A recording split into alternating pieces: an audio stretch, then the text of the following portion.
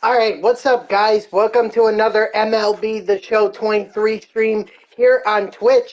I'm NextJGGen24 and today we're picking up where we left off with our grind to make an all tier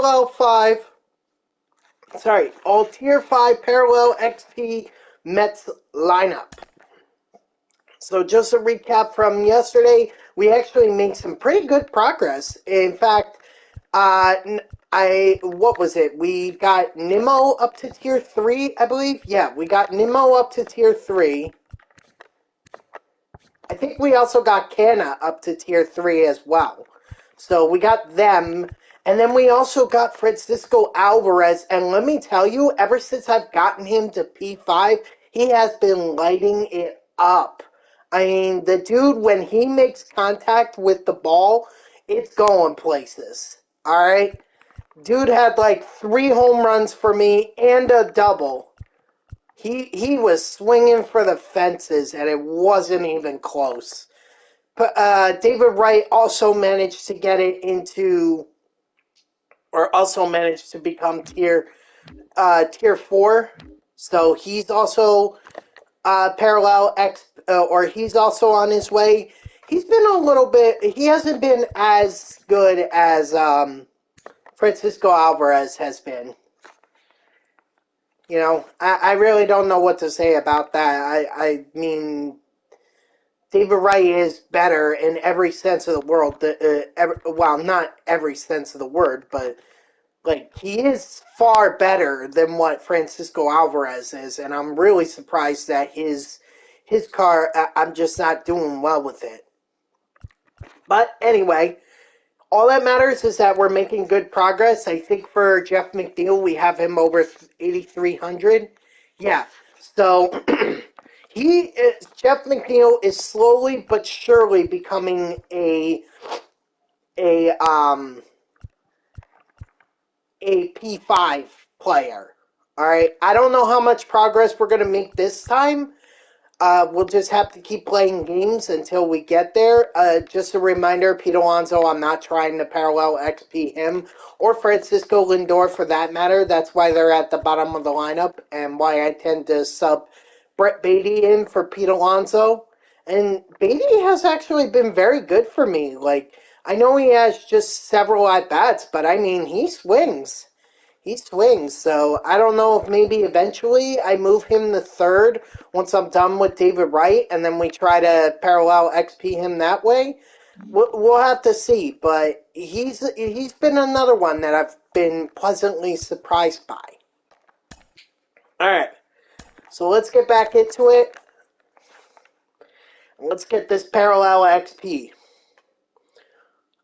Big news from San Diego studios today, where on January 30th, which is in 5 days, we're going to find out who is going to grace the cover of MLB The Show 24. This is going to be good. I mean, there have been a lot of suggestions. Me personally, I think it's either going to be Acuna or it's going to be someone from the Dodgers, because after all, they got to sell copies, and if you want recognizable names, I would definitely go with someone like Acuna, like someone from the Dodgers. You know, I don't know if they want to go Ohtani again, but maybe Mookie. Mookie's never been on the cover, as far as I know. So a lot of interesting options, to say the least. Oh, hold on, let me take care of that. So, January 30th, mark your calendars. Mark your calendars, because we are going to find out who is going to grace the cover.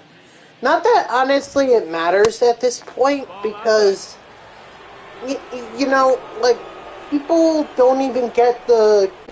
Some of them do. Like, I don't want to suggest nobody doesn't get hard copies of games anymore.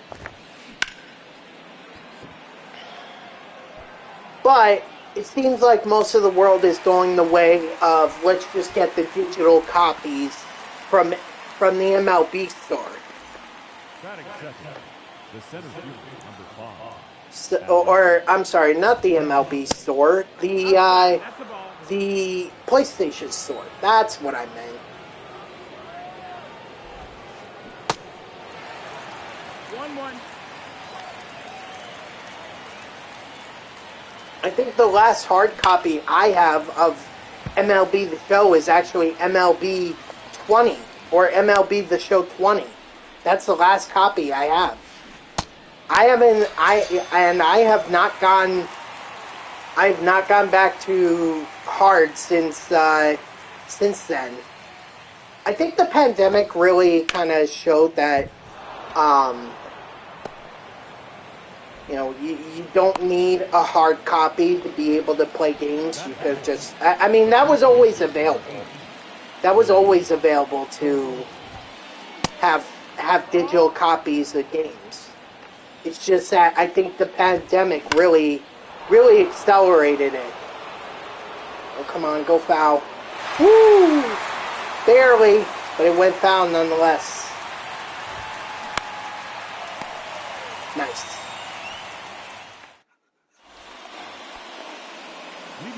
And that's actually going to be the first live stream that San Diego Studios is going to do of,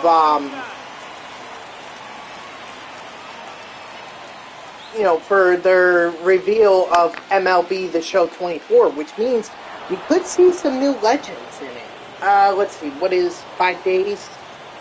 So 2 days ago would have been Tuesday. Oh, so we'll probably find out on Tuesday what,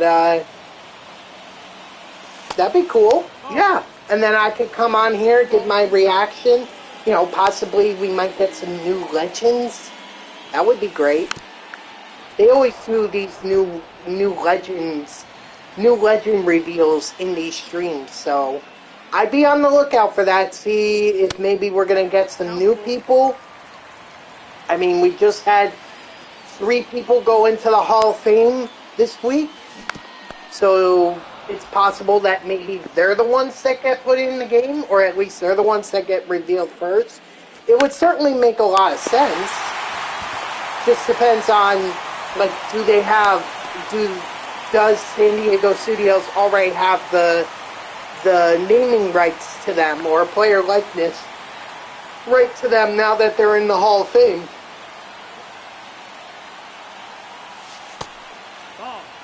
So we'll see. But adding Helton and Mauer and Beltre to the game would be amazing. So we'll see what happens, but I am definitely going to tune in to that stream. And, well, actually, it might be going on around the time that I'm streaming, so might not be the best time to be doing it. Maybe I'll pop it up and just see who what they're doing. That, or I could actually push off the stream until that stream is done.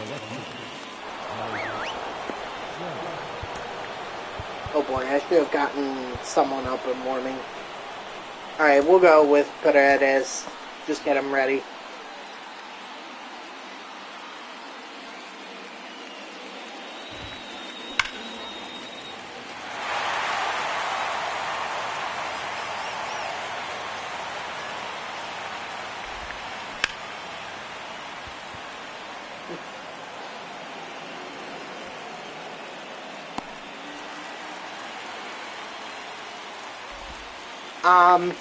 So we'll see what happens. I usually don't. I think these streams don't go on long. They usually go for like an hour or so. So maybe maybe pushing it off until I get full reaction, or until I see what the entire stream is over, might not be the worst idea in the world. And at the very least, I could just push it back to 6 if it goes the full 3 hours. But I don't think it would go that far. After all they're doing is just revealing the cover athlete and maybe some new legends. I don't think they're gonna put anything new in the game. I mean, I kind of hope they fix the scouting in franchise, because honestly, they made a bad system even worse. Because I can't, for the life of me, understand what the hell is going on with it. I tried, but it goes over my head. And ultimately, that's my favorite part of the whole franchise, is the scouting. Because I want to find these players. I want to build up the next Mets legend. Of course, I think the first thing I would do with franchise is get Pete Alonso signed to a long-term contract. That's probably the first thing I would do. I really do wish they eventually put owner mode into MLB The Show. I guess they just got to go through EA Sports and see if it's something, if they can have the rights to it. I don't know, but I think a lot of people have always been clamoring for owner mode to be in MLB The Show. I mean, why would you not want to be an owner for the Mets or the Yankees or the Dodgers? And if you want a real challenge, how about the Royals or the Padres? Or not the Padres, although they could be quite a challenge. But the Pirates or the A's, you know that the A's are going to be in Las Vegas relatively soon.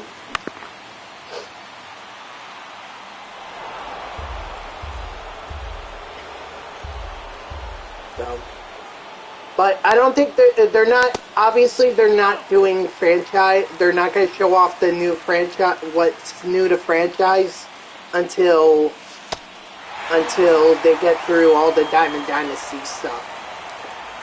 And then I'm sure they're going to do something with Road to the Show. I kind of hope that they keep the programs that they had for MLB The Show, or for Road to the Show, in there. I mean, honestly, those were a lot of fun. They were a lot of fun. Granted, I never completed mine, but it gave me a reason to grind. It gave me a reason to go ahead and grind Road to the Show. Because I knew I was going to get all these perks and everything that were part of it. And hold on, I'm sorry, I'm trying to focus here on this game. Gotta get this.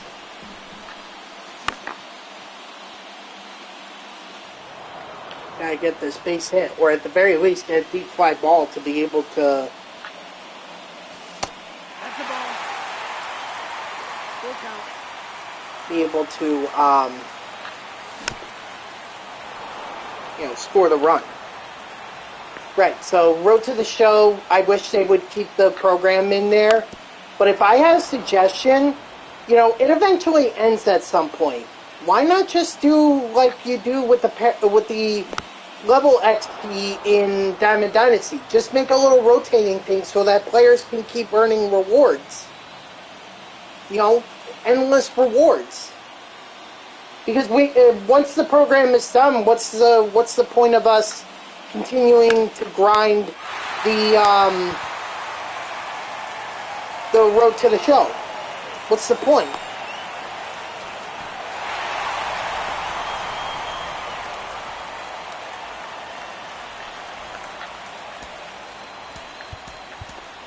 Your attention, please. Now coming into the pitch. So we'll see what happens. But like I said, first thing they're going to do, they're probably going to do, they're probably going to do all the new features and everything, all the new gameplay features that they're adding.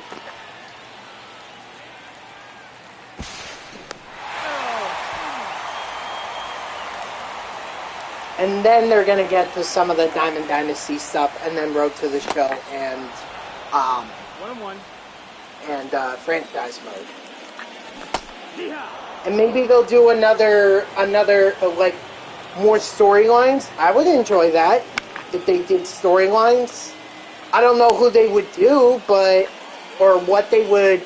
The Negroes League one, that was fun, actually. I had a blast doing that. Leading off for Boston, the designated hitter, Michael Harris. Ladies and gentlemen, your attention please. So I hope they bring something. I hope they bring storylines back.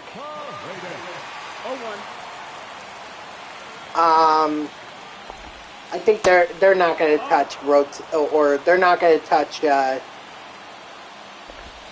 They're not going to touch road to or March to October. I think that's pretty much going to remain the same. Honestly, I haven't even played it this year. The March to October. Strike 3, sit down.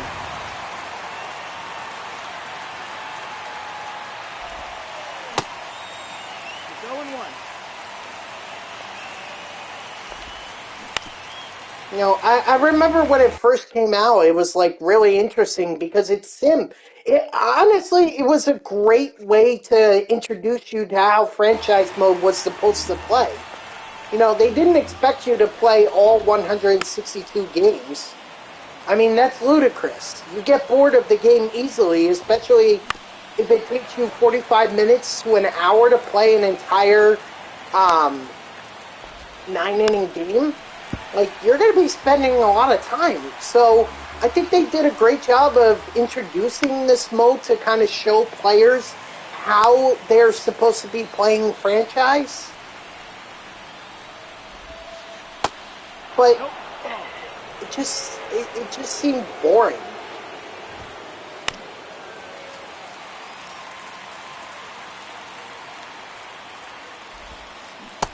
Strike 3, sit down. So we'll see if they make any improvements, although I'm doubtful on it. If anything, they're probably going to continue working on storylines, and they'll continue to make changes to the franchise that no one really asked for.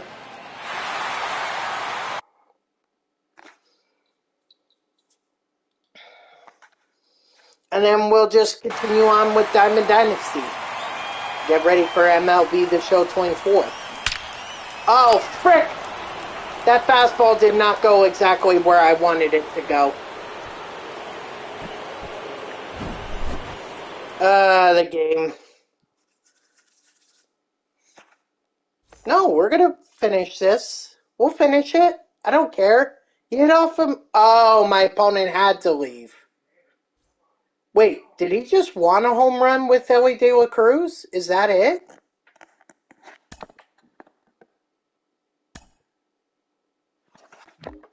I don't know. Maybe my opponent had to leave. But either way, we get the win.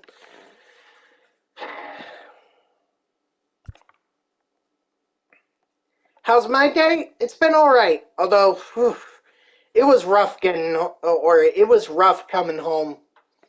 Not anything in particular. It's just, I was so tired yesterday from, being off my sleep schedule and everything that when I got back into it, I felt like a load of crap. I just felt terrible. It was, ugh. Alright, let's see here. So, just focusing on this, Michael Conforto had the most XP at 36. Keith Hernandez, Jeff McNeil, and Mark Hanna each had 26. And then Nimmo, Wright, Alvarez, and Beatty each had 18. Let's see. What's the next reward? Oh, this? Oh, I don't think I've ever gotten either one of those. Wood, Hap, and JD? Yeah, I don't think I've ever... Again, the whole... Doing these rewards or getting these wins are not important to me. What's more important is that I get the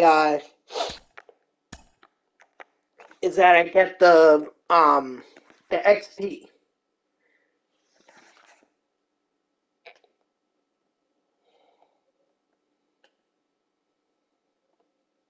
But Hunt, did you see that they they announced that they're going to announce the cover athlete on January 30th.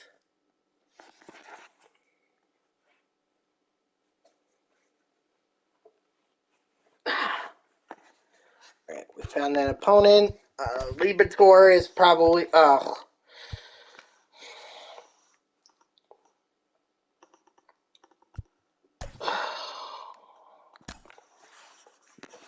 Well, once I'm done with Liberator...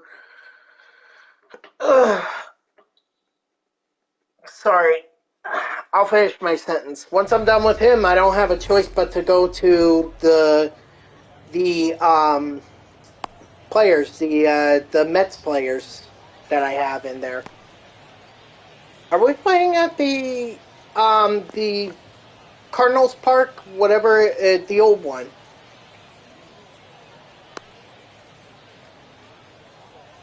A Cardinals team build? What are you talking about? Oh, you talking about for my channel reward when I eventually put it on there? The center fielder, Brandon Nimmo. Yeah, I mean, look, I'm open to all suggestions. All ones the count. I'm open to all kinds of suggestions.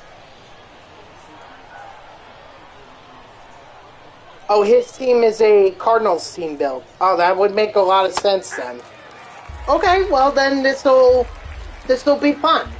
You know, I like it whenever I go up against these team builds because I like to put my all Mets lineup against an all other team build lineup. I think to showcase what our teams can do. You know, can my Mets overcome the Cardinals? I'll let you know. I'll tell you, there's a lot of hostility here. 2006, got to get vengeance for that.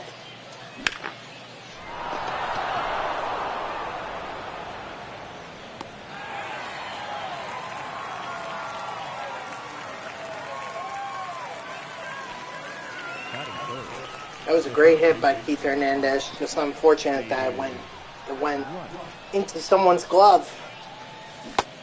Inside ball.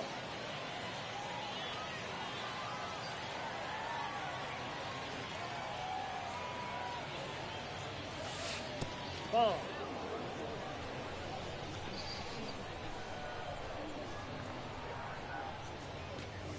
That's ball 3. Just gotta be patient. That's the thing. My opponent, it seems like my opponent is trying to get me to chase pitches.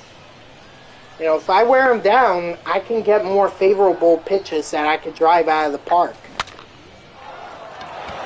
That obviously not being one of those pitches. So he's got Lou Brock, Matt Holliday, and Stan Musial. Stan the man. Leading off for New Orleans, the left fielder, Lou Brock. Hey!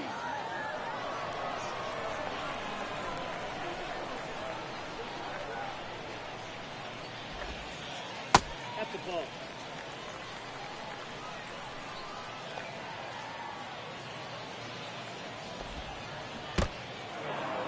One ball, 2 strikes. Come on.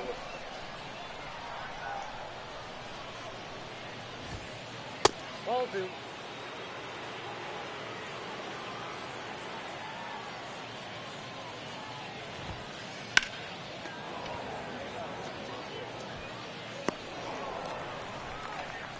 Alright, next up, Matt Holliday. Is this the Matt Holliday 90 overall one? Oh no, this is 99. I didn't remember which one it was. I thought there was a 90 overall version from like ranked seasons.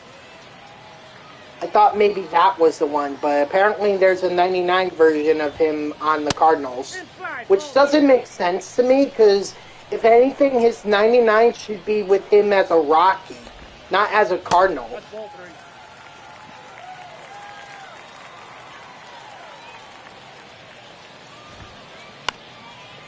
I mean, that's just my opinion, but I'd rather see him as a Rocky as a 99 than as a as a Cardinal. Batting third, the right fielder, Dan. It would definitely justify any kind of 125 power that he would have from a 99 overall. Oh, Sportsman Park, that's what it was.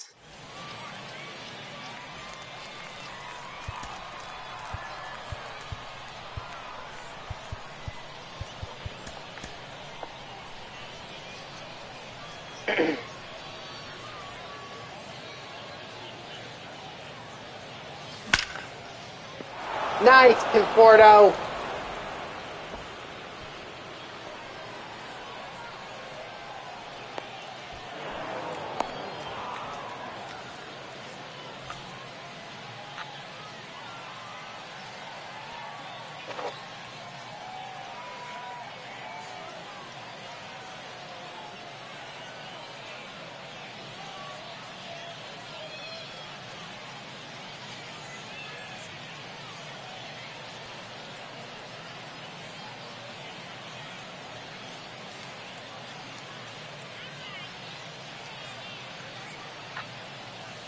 Nope. Oh yeah, I also saw Jeff McNeil's comments about the negotiations between Pete Alonso and the Mets.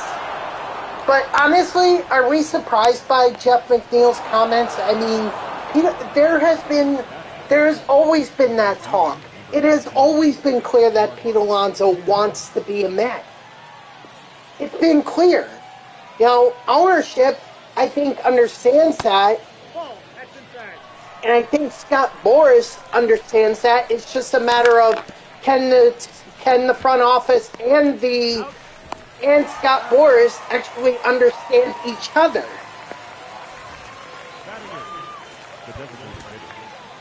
Because it doesn't seem like they are. Even Scott Boras recognized that Pete Alonso wants to be a Met. He said, hey, we're open to negotiations. We can talk. So it's not like, I mean, maybe Boris was just saying that for leverage. Maybe. But at least he's saying, hey, we're here. You can pick up the phone, call us anytime. We'll get this deal done. It seems like it seems like to me the issue is the length. At least the last time that I heard in negotiations, they had the value figured out. It's just a matter of how long do they want it for. It seems like the Mets didn't want anything more than, like, I pray to God this is not true, 5 to 6 years. Make him a lifelong Met. Who cares if he regresses? You know, to me, the fan base will buy Alonso jerseys. They'll always buy Alonso jersey because he is a fan favorite. Always has been and always will be. I mean, will his regression justify his contract later in life? No. In fact, maybe that's what you do this year, or what you do is you front load that contract so that later years, when Alonso isn't as good, then, you know, then at least you're not spending so much on him. And you could go out and get other players. That's ball 2. 2-0. Doesn't seem like rocket science to me. Excuse me. 2-2. So I want to get this deal done. Am I panicking if they don't get it done before the season is over? No. No, absolutely not. Because let's not forget that the Mets will have 5 days to negotiate a contract with Alonso after the World Series is done.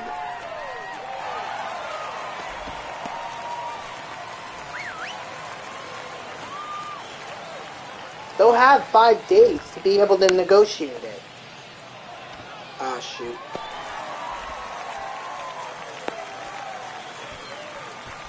So I'm not at all worried.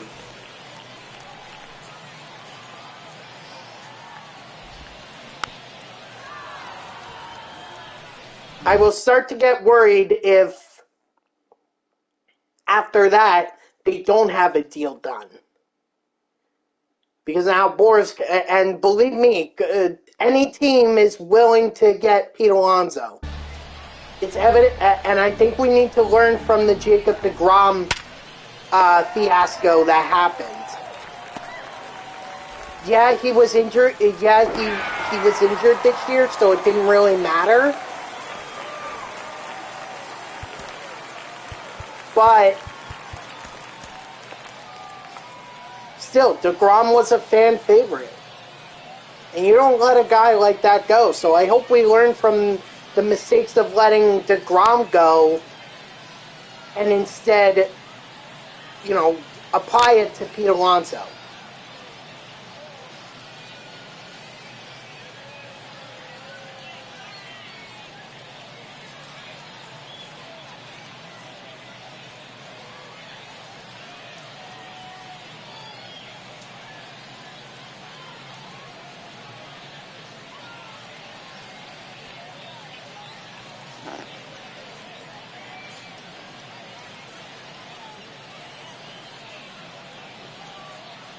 And it would be great to see Alonso have his jersey or his number retired with the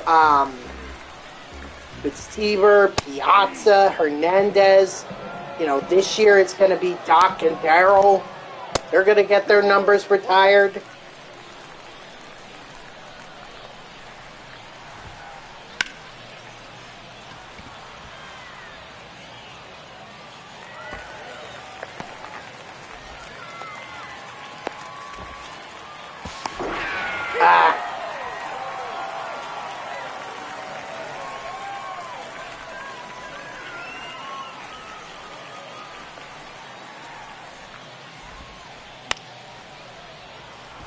Figures. Leave it to my bullpen to not get anything done.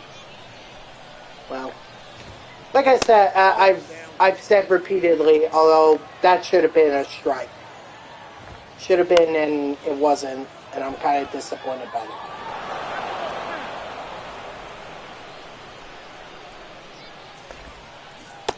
2 balls, 2 strikes.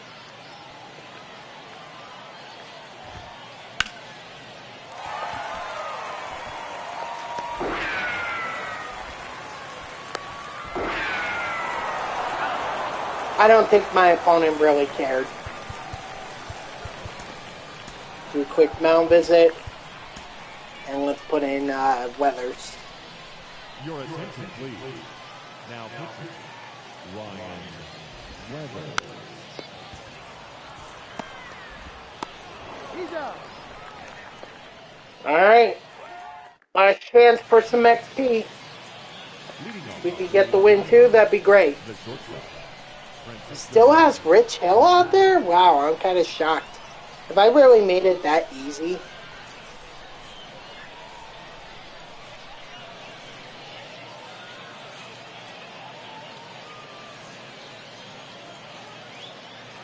Ladies and gentlemen, your attention, please. Now pitching, Riley O'Brien? O'Brien.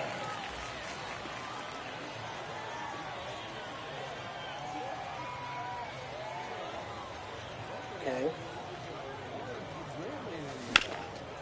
Ah.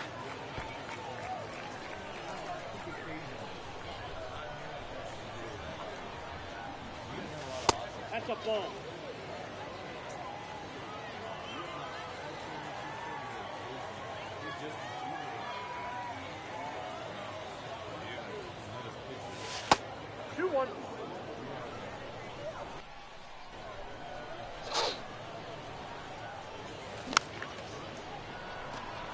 That could have been ball 3. I swung at that, and that would have been ball 3. Dude, what the hell am I doing? Honestly.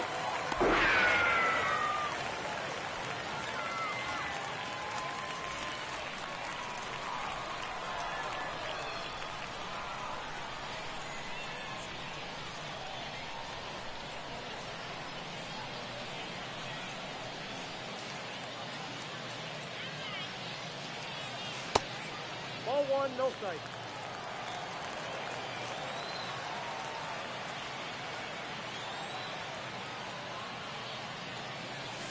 Ball, down.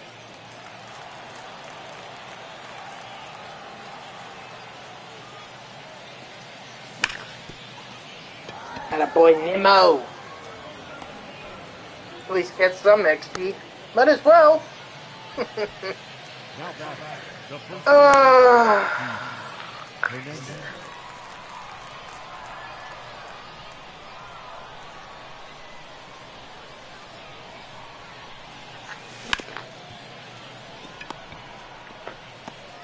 He's out. Come on. Alright, GG's to my opponent.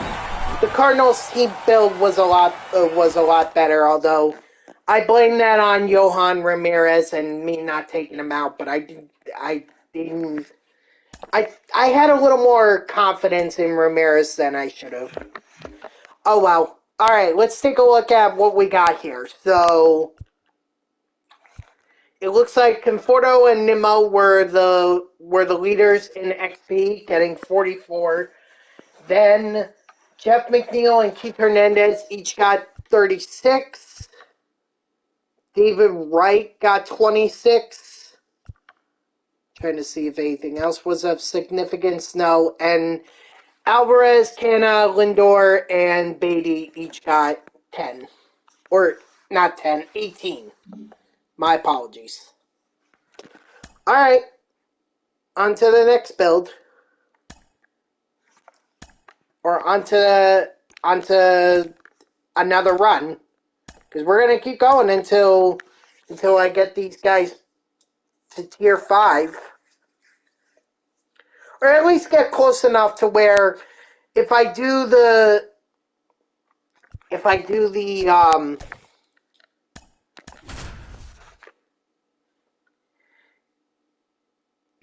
play versus CPU, then I can get them done. Along with the pitchers. I want to see where we're playing. Laughing Mountain Park. Of course. Alright. Leading off for the Lions, the center fielder, Brandon. 0-1's the count. First pitch, 7 o'clock.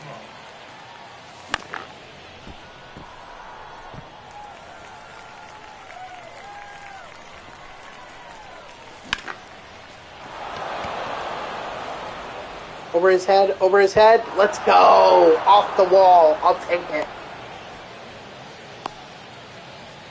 Nimmo is definitely one of those guys who needs a lot of XP, so anytime I can get extra base hits with him, all the better.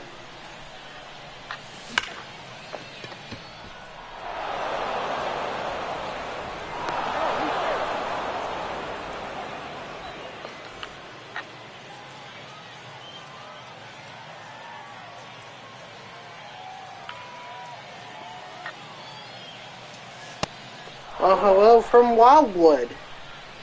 Or hello to Wildwood. Is that fair? Please tell me that's fair. Let's go! David Wright with the home run! Nice!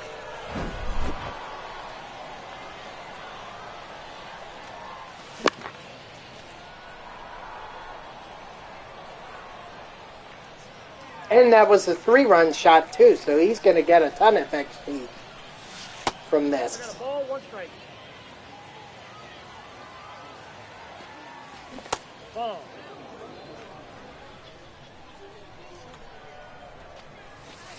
That's ball 3. 3 balls, 1 strike.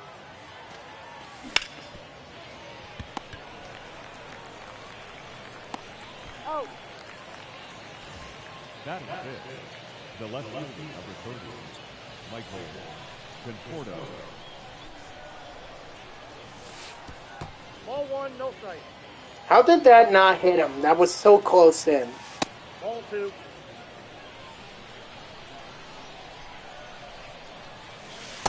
Ball! That pitch is out.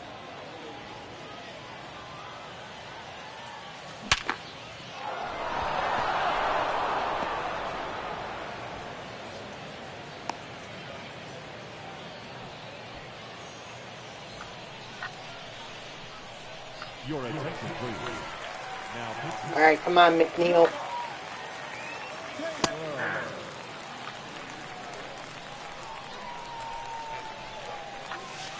That's a ball.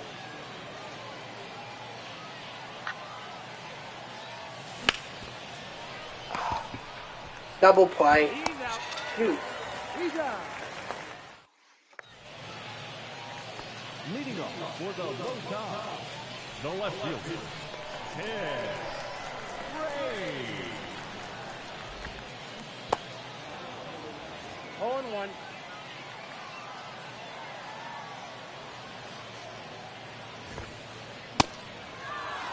I mean, not that I was trying to throw that outside the zone, but hey, it works.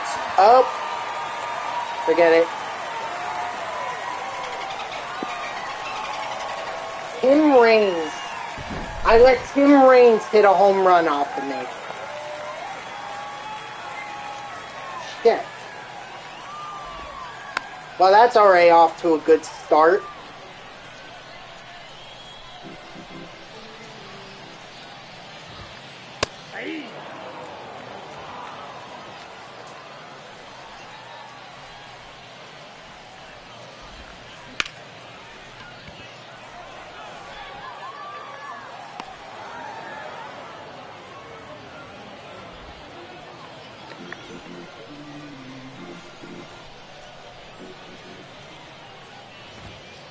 Ball.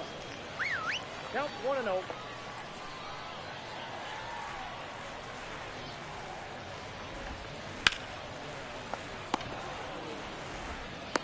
Out.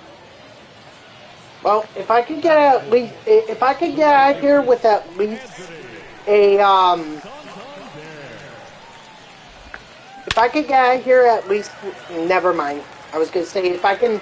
Okay, so I'll phrase it this way: if I could get out of this inning with at least the lead intact, I'll consider that a win. But my God, my opponent is not making it easy.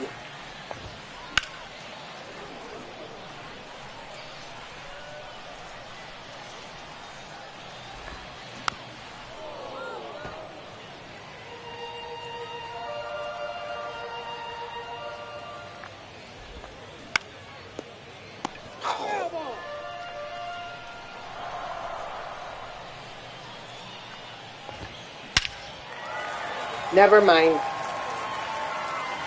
My opponent knows how to hit. It's as simple as that. I'm also giving him a lot of pitches to hit.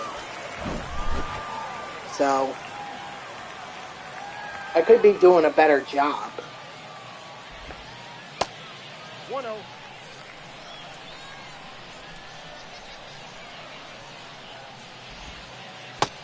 Two balls, no strike.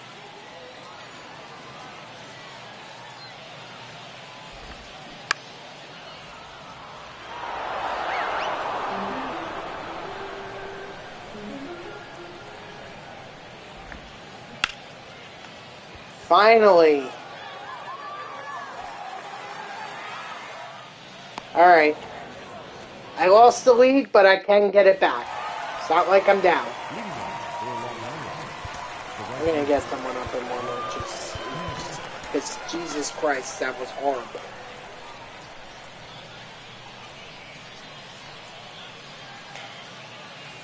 That's a ball.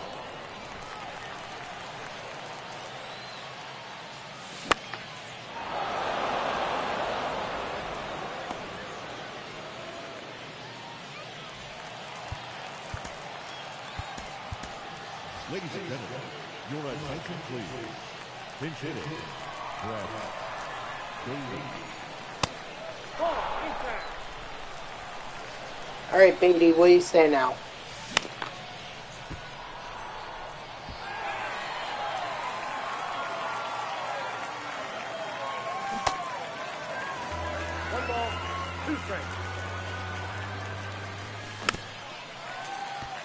Thank God I felt that off, because I don't know why I would even bother swinging at that.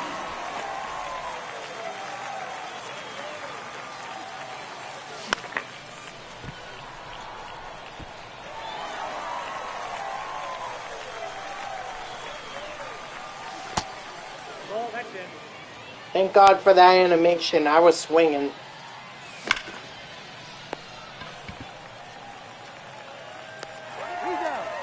All right.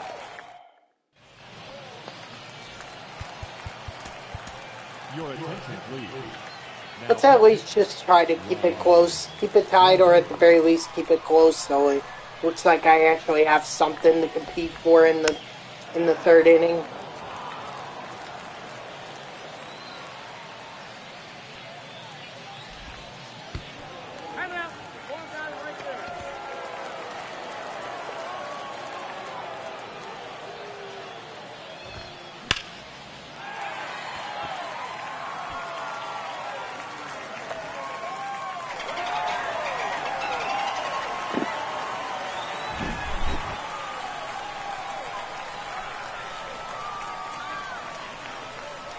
Off to a great start already. 0-1's the count.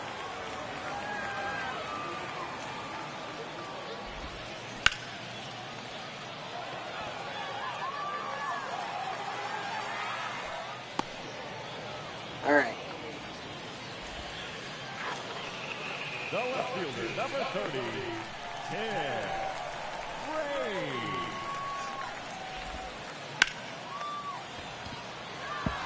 Foul ball.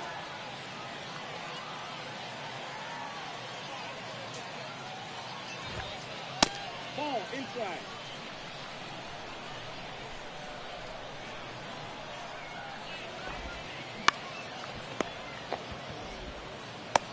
Oh. Nice.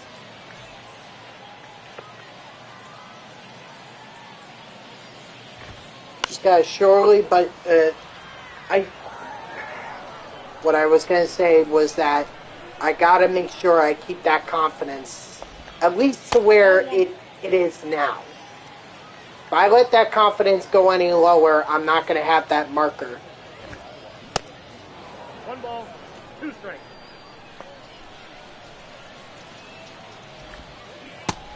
Strike 3, sit down. All right, 2 runs. 2 to tie, 3 to win.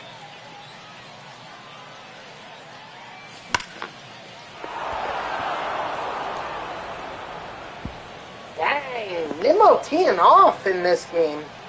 Teeing off, that's his second double. I'll take it. The first baseman, number 17, your attention, please.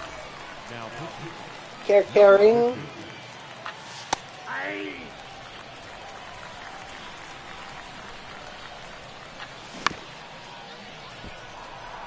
Foul ball.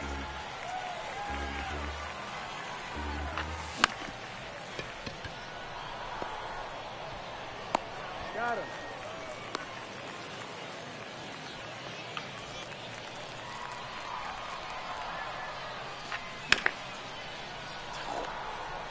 All right, David Wright had a 3-run homer earlier. Can he at least get a 2-run to tie it? No ball, 2 strikes.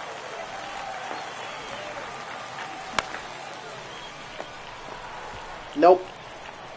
So it's down to Alvarez, the guy who has been teeing off ever since I got him to tier 4. Hopefully he can continue that. Because lately it seems like he hasn't. 0-1.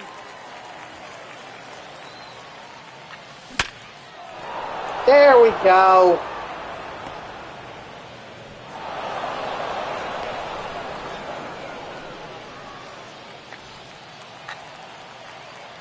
Ladies and gentlemen, your attention, please. Now pitching. Just there. Right there.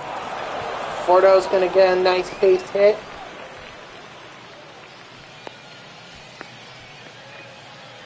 The batter, number 1. And then we also have Jeff McNeil, too. McNeil. one's the count. 0-2's the count.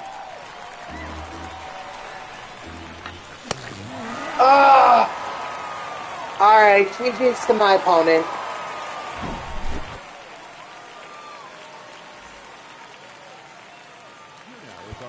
You know, at least we got a home run with Wright, 2 doubles with Nimmo, an RBI with Alvarez, and a run with Hernandez.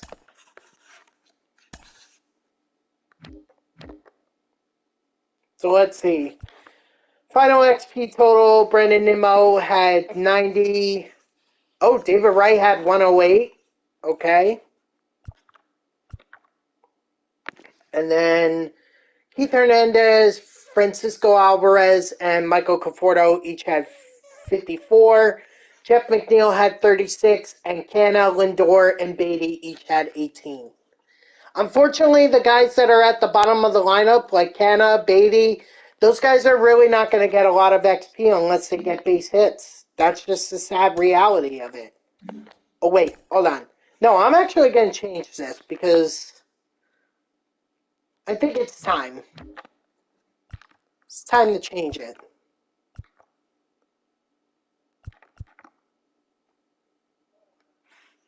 Hold on, I'll be right back.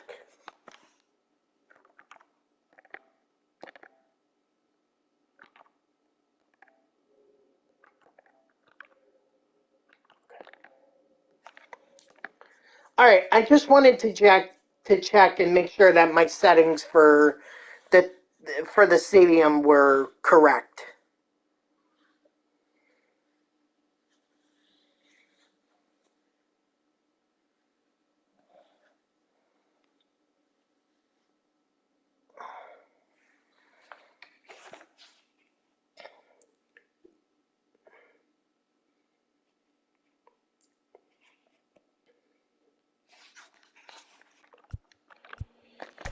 You guys know how I feel about Vargas.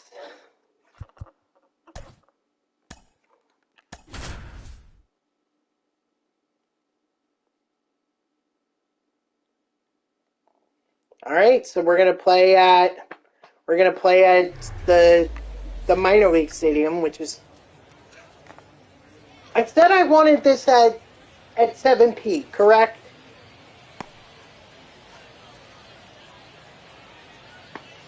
That is not 7P here. That looks more like 4P. I'm gonna have to do this again, so, or I'll play in this. This is fine. But Leading off for the Eagles, the shortstop, Trey Turner.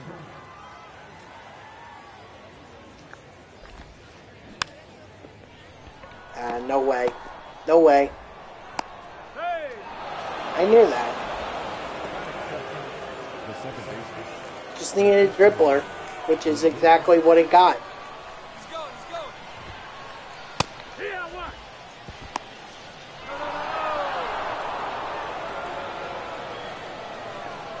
Run, he's going!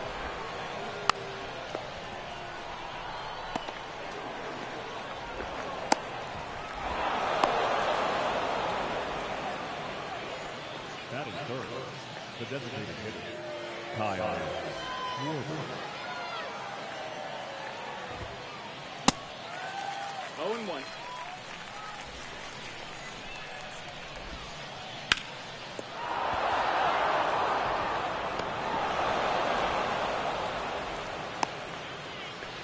Can't say I'm surprised. Batting fourth, the third baseman, Josh Donaldson. At this point, I'm just hoping to get to the half inning so I can get some at bats. Nope, ball. 1-1.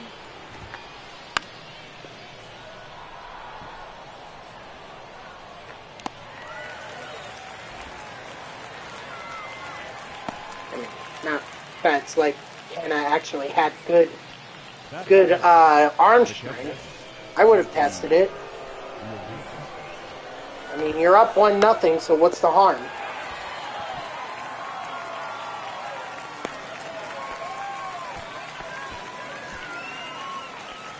Batting fifth, the right fielder, Eric Davis.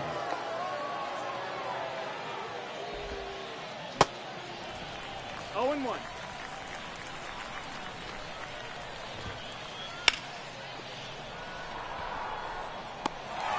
Nice. All right, 1-0. Leading off for the Lions, the center fielder, Brandon Nimmo.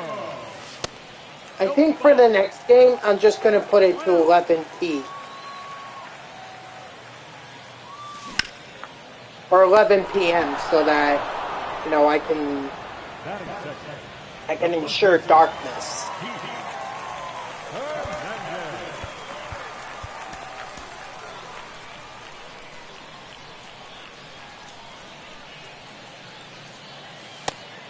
Ball.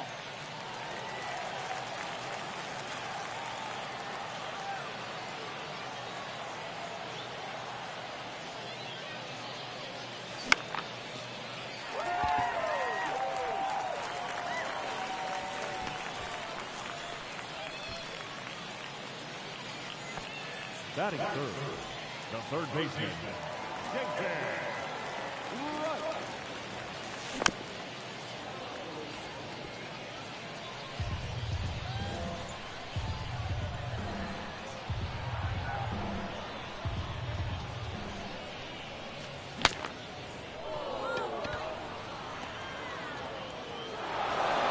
Great.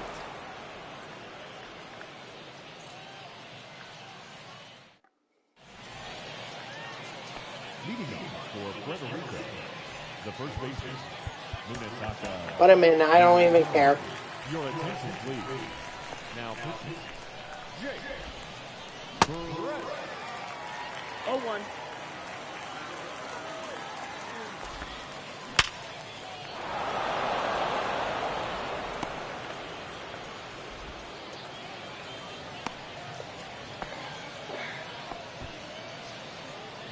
Batting it, the left fielder, number 4, Ketel Martel.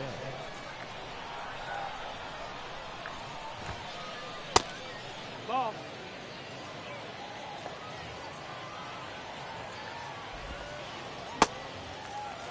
One and 1. Put it right down the middle, and somehow I get away with it. Somehow.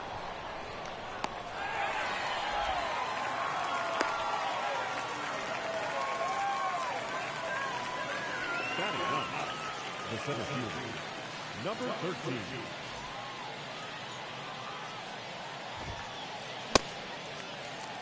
Oh and 1. 1-1.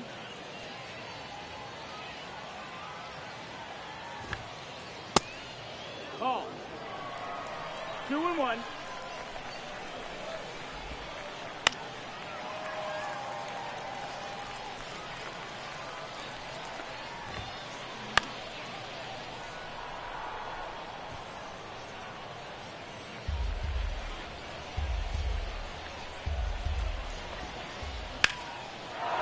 What?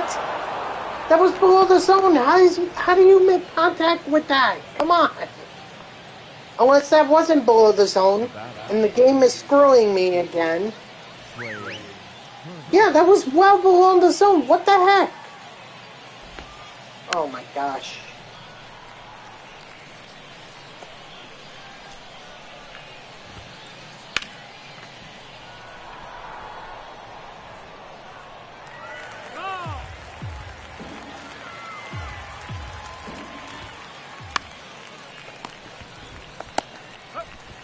There we go.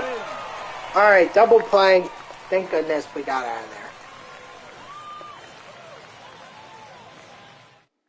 But we need to get some offense. Leading off for Long Island, the catcher, Francisco Alvarez.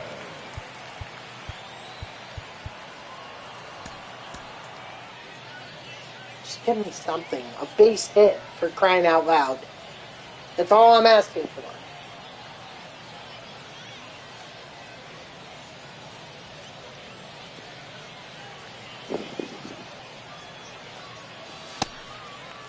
miss. 1-0.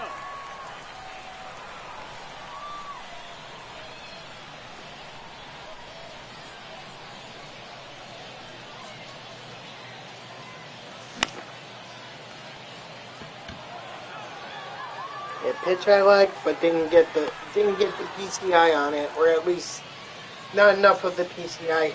Batting fifth, the left fielder,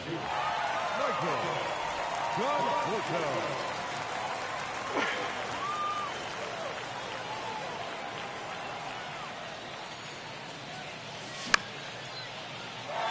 Hey, look at that, Michael Conforto.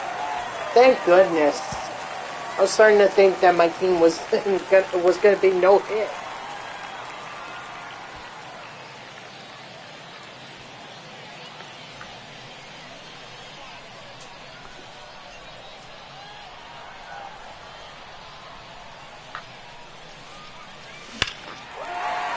McNeil! 2-run shot! Nice.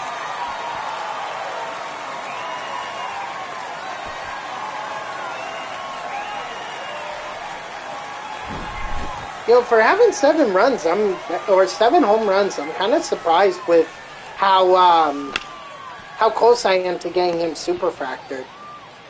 I mean, he might have quite a bit more on The designated hitter, offline than online. your attention please. Now coming into pinch hit, correct. Baby. Now pitching, Jake Brent.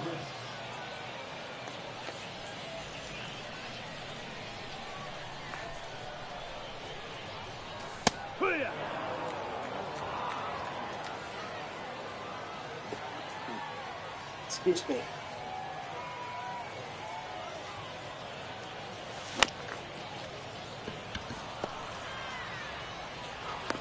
Dang it. All right, we got a lead with Jeff McNeil. At the very least, we also got a home run and two RBIs with him, so he'll probably get 80 XP. Actually, it might even be more than that. Might be 96. Ladies and gentlemen, your attention please. Now pitching, number 50.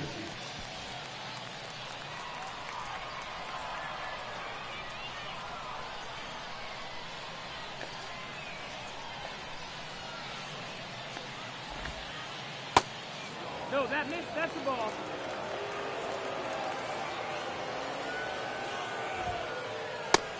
Ball. 2-0.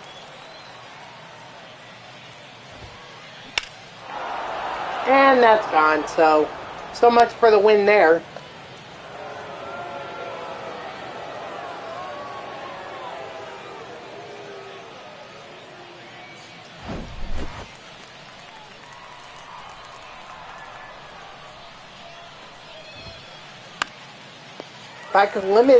If I can limit the damage to just that home run, I have a chance to walk it off in the top of the 9th. Now batting. Or, I'm sorry, in the bottom of the 3rd. Wow. Can't even walk it off from the top of the 9th. You can take the lead back, but you can never walk it off.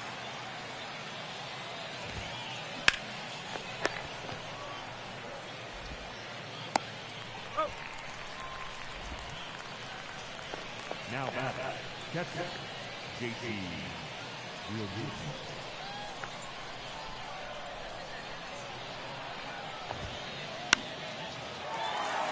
All right. Walk-off time. At the very least, I'll get another half inning. Possibly even 2 half innings if I don't walk it off here. Leading off for the Lions, the shortstop, Francisco Lindor. 1 ball, no strike.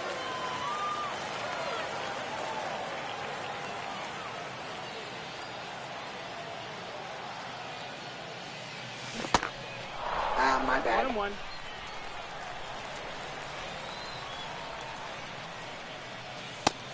Ball.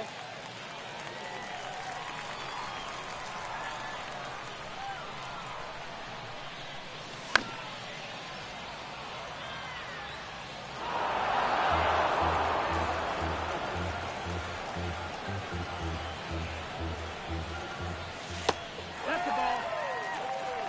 You got a full count.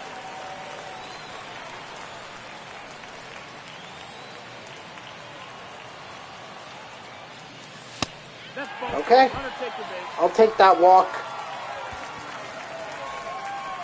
The center fielder at the nine, Brandon Nimmo. Your attention, please. Now pitching, Johan Ramirez.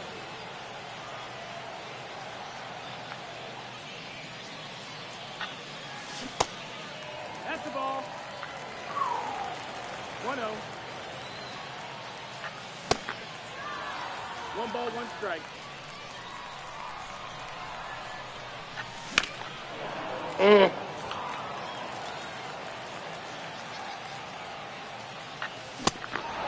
And of course. Alright, so not Nimmo. Maybe Hernandez can do it. We're only at 1 out.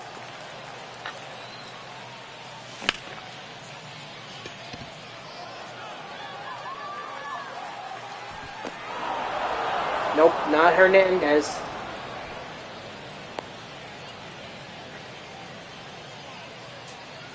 Now batting, third baseman, Chip got someone up and warming just in case.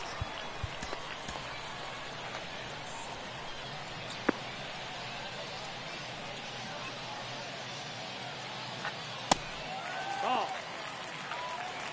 1-0. No, ball.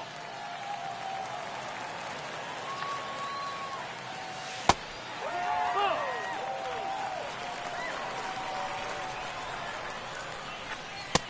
Ball 4. Okay.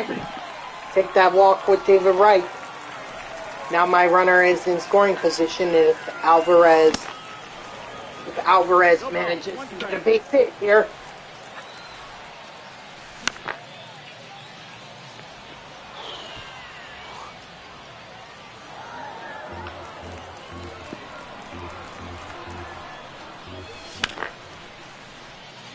And that won't get caught. Thank goodness.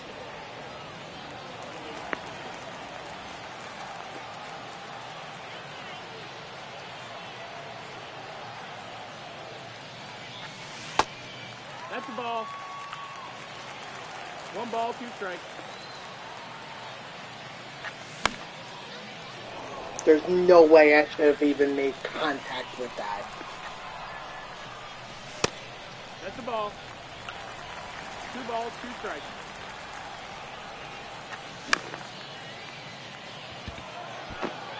Go, go, go, go, go. Yes, sir! Francisco Alvarez walks it off! Nice! Alright. Jeff McNeil with a home run. Conforto with a double. That was an intense game. Not gonna lie. Let's see. So, who had the... Yeah, Jeff McNeil had 80 XP. That's kind of what I thought he would have after his home run. Francisco Alvarez had 54 because of his single and RBI game winning. David Wright and Michael Conforto each had 44. Lindor and Hernandez each had 36. And then Canna and Beatty each had 18. All right. Let's keep moving along. And this time, hold on. Actually, no.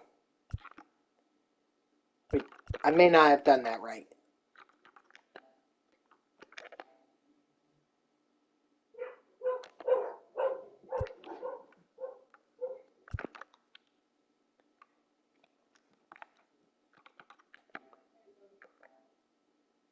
Oh my gosh. Okay, so apparently 7 p.m. is the latest that I can get. I was kind of hoping for darkness, but apparently no such thing exists. So just gonna have to do 1 or 1 p.m. and hope that the ball travels. Because 7 p. it's just not gonna work.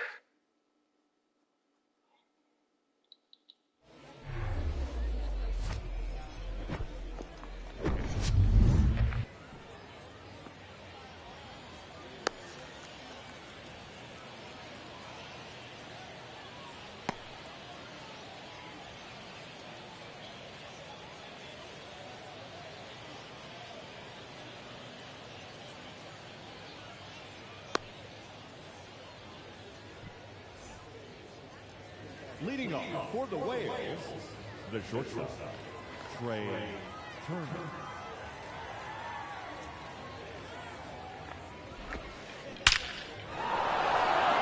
Oh, frick. What a smack.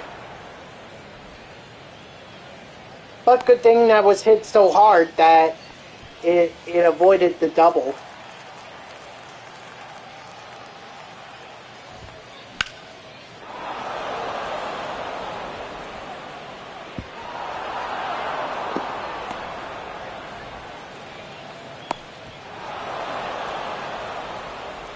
Batting first, the first baseman, John Peterson.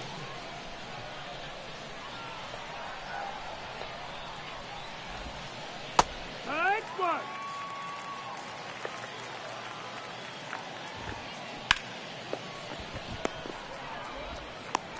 That's it out. Okay. I just had to make sure. Batting fourth, the third Just baseman, had to make sure. Jones. Wow.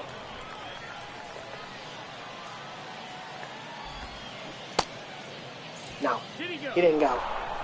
And if I have to work around Chipper, that's fine with me. I have no issue with that. 3-0.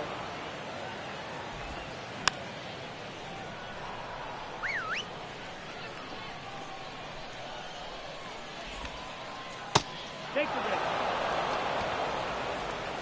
Don't even give him anything to hit. Inside. Ball. Ball. 2-0. That's the ball.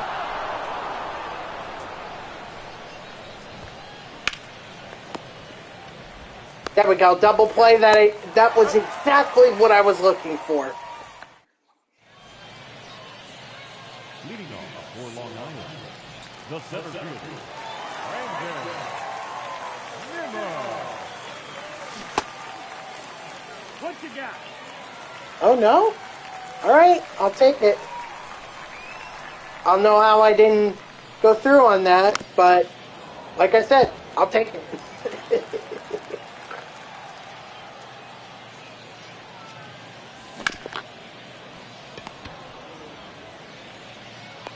Up.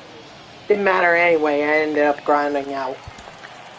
Hold on. I'm just going to get someone up and warming.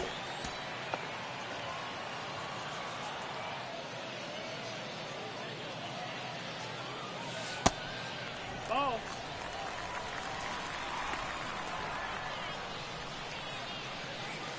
Touch.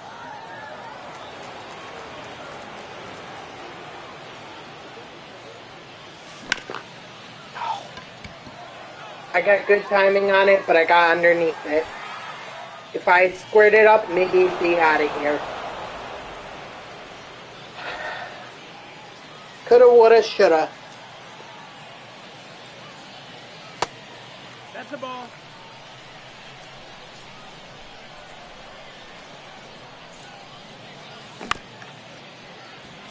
And of course, swinging at dumb pitches like that certainly doesn't help my case. Leading off for Williams, the right fielder, Hank Aaron. Ladies and gentlemen, your attention please. Now pitching.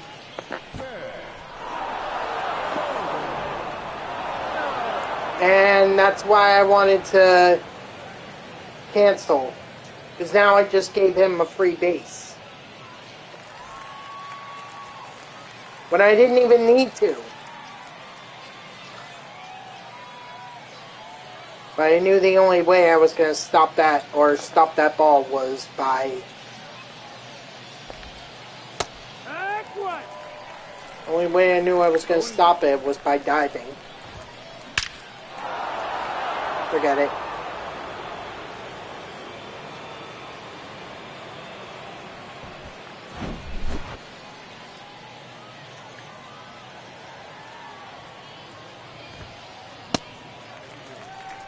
No ball, 1 strike.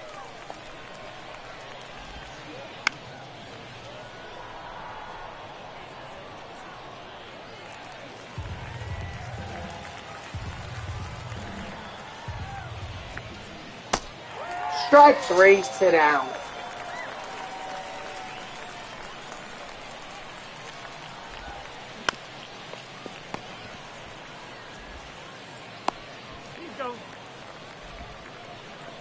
Now that shortstop, Trey Turner.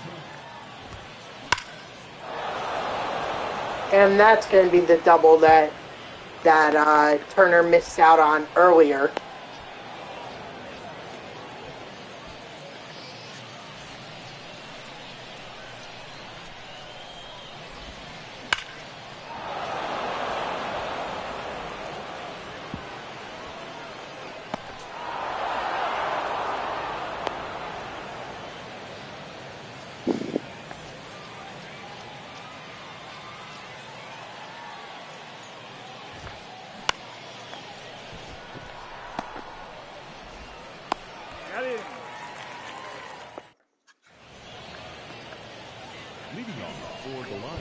Hold on, I'm just gonna get one more pitcher up and warming. One more. And then it'll likely be done after that.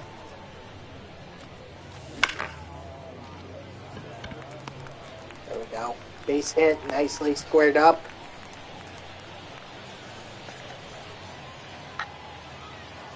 And now we're gonna go ahead and bring in a lefty. Even though we're winning they're winning 4-0, they're gonna bring him in. And I'm gonna hit into a double play because I'm a dumbass. The second baseman.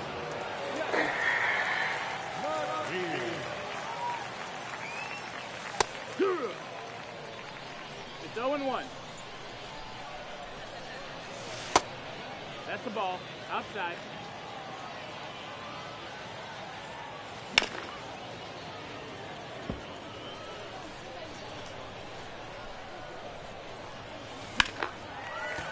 McNeil, do you have a home run?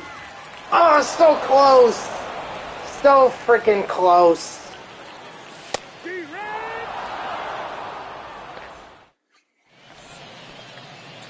Leading off for the Whales, the third baseman, Chipper Jones. Your attention, please. Now pitching, Yoha. Really, Nemo? You wouldn't just, like, try to dive for that? No, good. The center fielder of the 13th. Or not Nemo, I'm sorry, Lindor.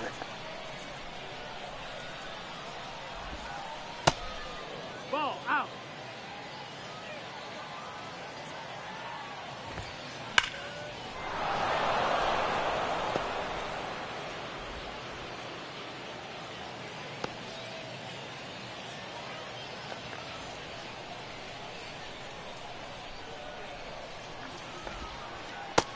One zero.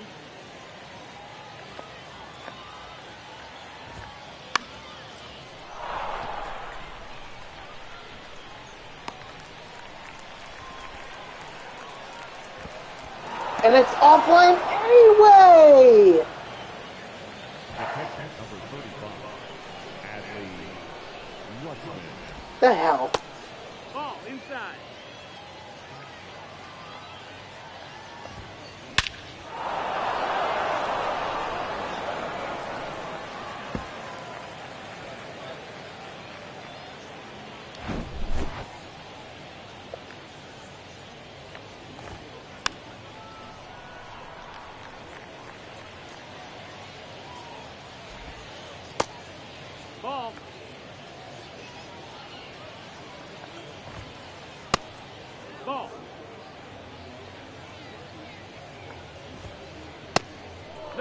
Outside, ball. That's ball 4. I mean, no freaking confidence. No wonder why. Yeah! Runner! Runner!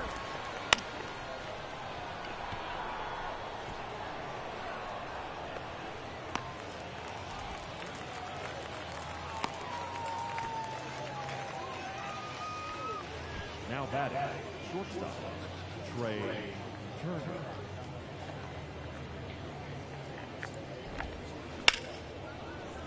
Foul ball.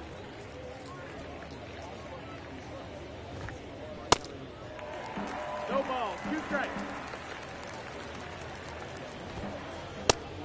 Ball. 1 ball, 2 strikes. Nope, ball.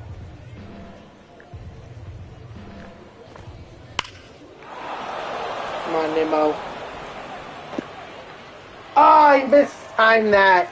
I mistimed it. Dang, Turner's had a hell of a game. Yep. Of course, this entire team is just... has been wiping the floor with me. Leading off for Long Island, the right fielder, Mark. I'm thinking maybe I'll take a break from event grinding, and maybe I'll just do a little quick play versus CPU game so that I can get some kind of XP. Whoops! Now coming into the pinch hit. It's just a little break so that I can get some XP. Because right now this is not working.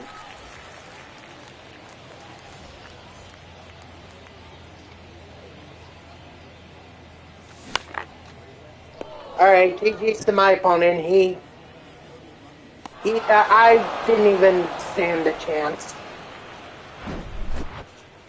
But the good thing is that after a loss like this, the best way to bounce back, go beat up on the play versus CPU.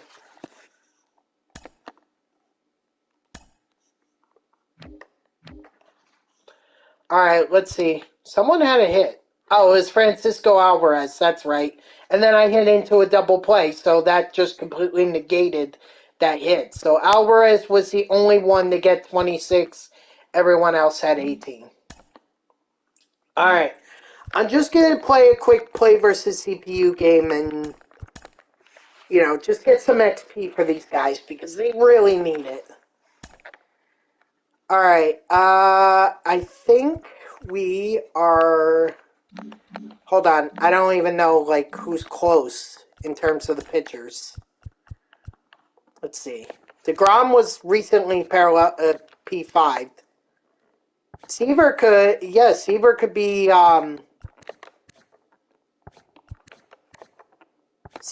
let's go with Seaver.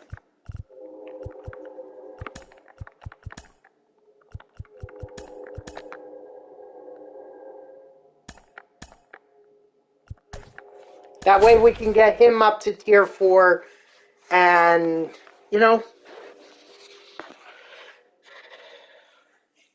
get some XP for everyone else.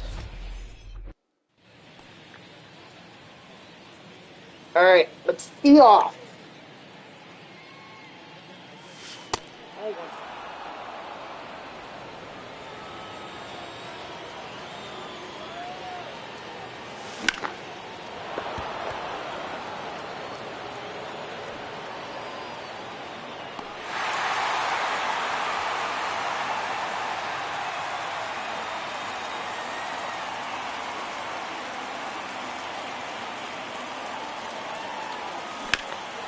Attaboy, Pete Hernandez.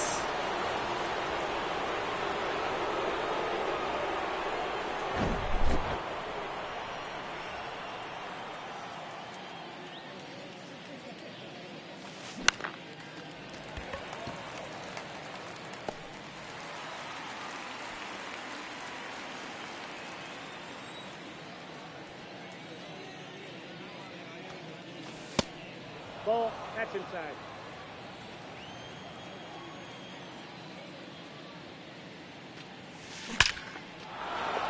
Nice. Thank you, Alvarez.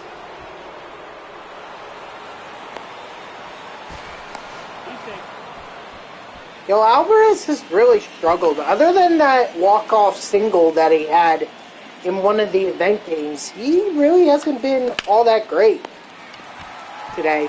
I wonder if, yesterday was just a fluke. Or not a fluke, but beginner's luck. 0-1.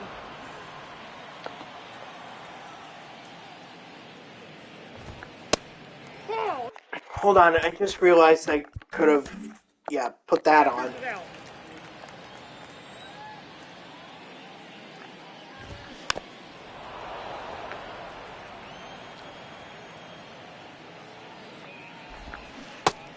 Strike 3, sit down.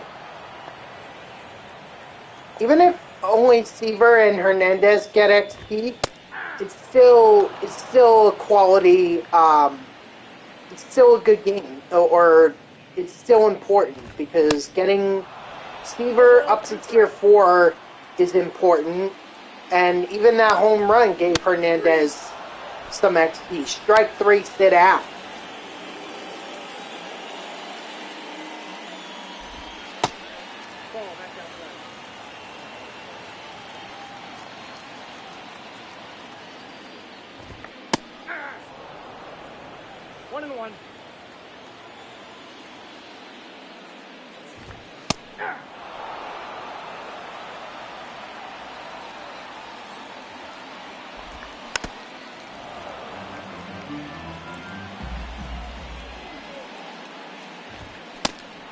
Strike 3, sit down.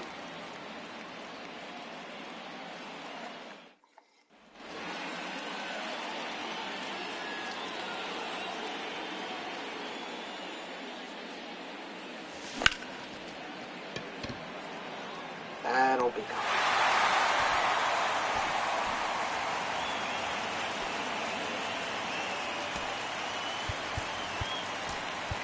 Now batting, the designated hitter, Greg Davis.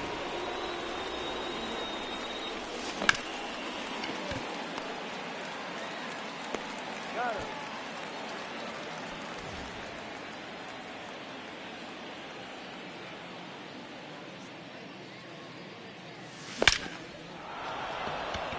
Attaboy, Canna.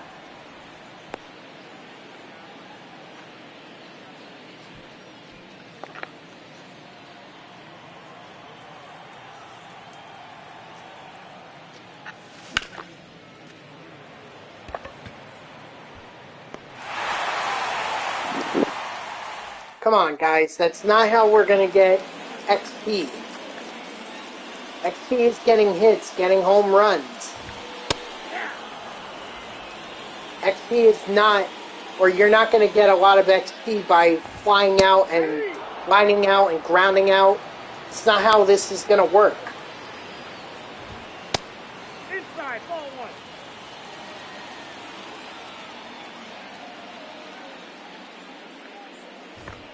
Nope. 2-2 to count. Strike 3, sit down.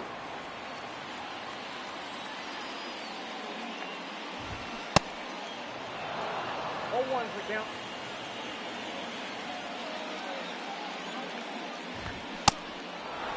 One, two.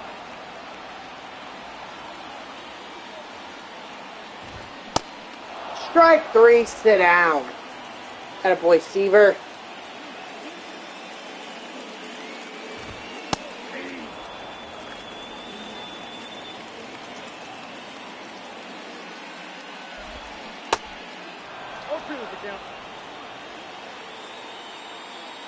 Grayson, how are ya?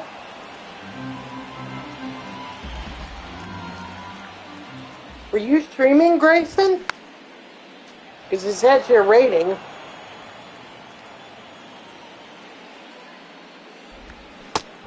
Strike 3, sit down.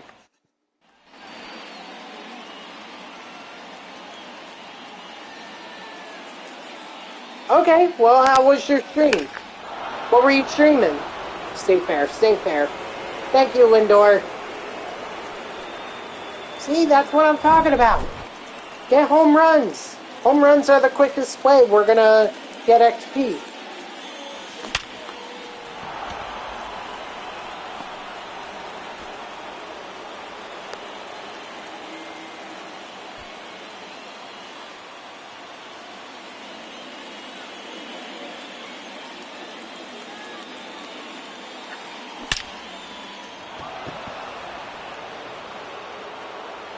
Nice, save it right. What a home run.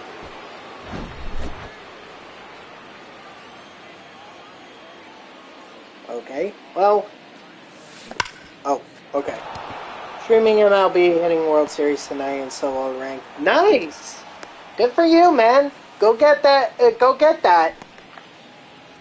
How close are you? What's your rating? Hey.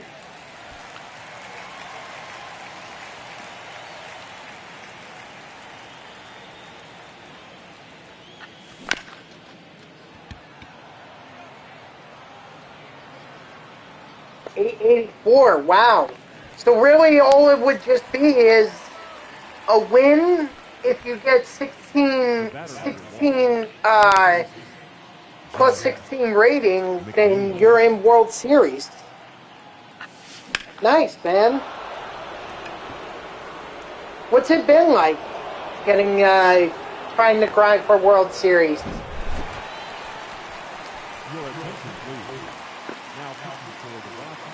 Obviously, I've never been able to do it, and I don't think I ever will be able to do it. So it's just nice to hear from someone's experience.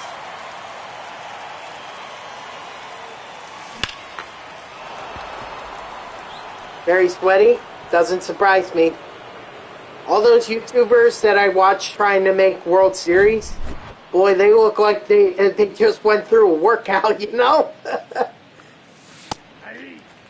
But I think maybe that's the point, you know, that you should really try to work hard to be able to get something like, or make something like World Series. So, yeah, it's going to feel like a workout, but believe me, once you make it, it just feels like it just feels awesome. You play Kooks? Nice! Nice! Was he streaming at the time? I don't know if he I don't know, I don't really see him on Twitch anymore. Or I haven't seen him on Twitch. I don't know, maybe if I unfollowed him by accident, or... No, he wasn't, but it was cool that I played him. Yeah. Yeah, that's awesome. The coolest thing for me, I actually tagged Cougs in a tweet once that I was doing for or I took a snapshot and it was Cougs. He was on the Dodgers and he had the 46 number. You know how 46 is his favorite number, and he says he's a third baseman. So they had him. So the Dodgers had him as like a third baseman. So I tagged him in and I'm like, Cougs, what are you doing on the Dodgers? Aren't you supposed to be an Angels fan? So he liked it, which I thought was pretty cool. I just thought that was so funny how I would end up coming across Cougs on the Los Angeles Dodgers in franchise mode.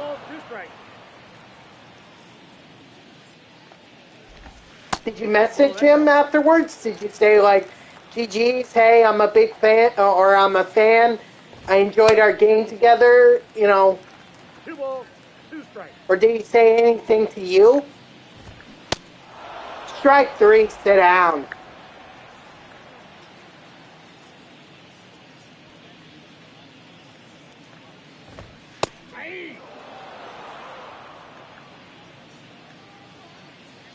Honestly, I feel like the only way I would ever match up with Cougs is if I either do it in the event or BR.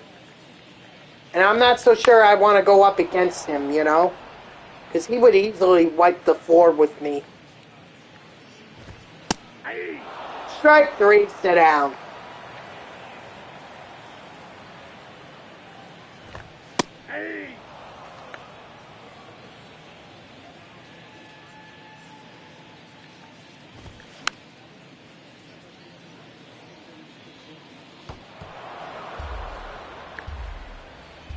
Maybe he was recording for a YouTube video. Maybe that's what he was doing. 1 ball, 2 strikes. Ball, that's off the plate. You know, I would definitely check his videos to see if you get featured in it. Strike 3, sit down.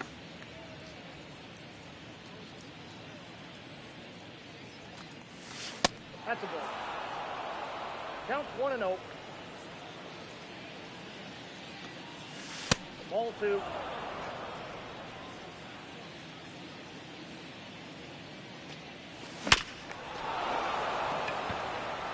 Go to, Alvarez. Go to. Go to.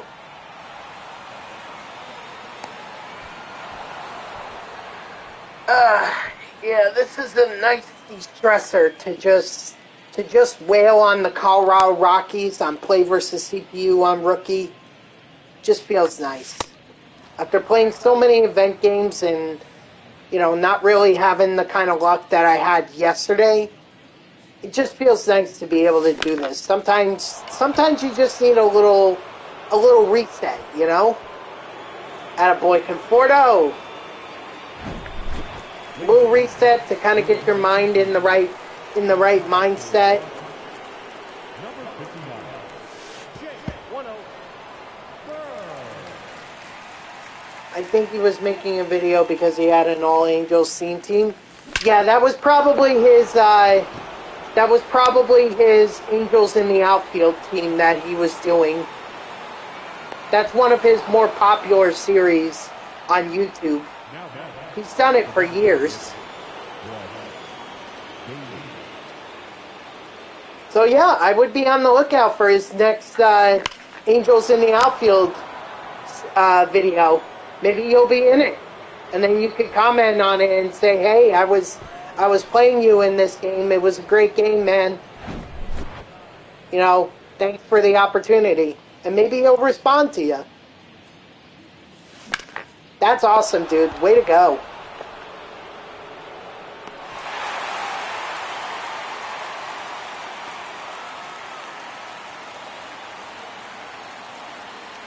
Man, I'm having a rough game with Brendan Nimmo. There we go. Getting a nice little double here.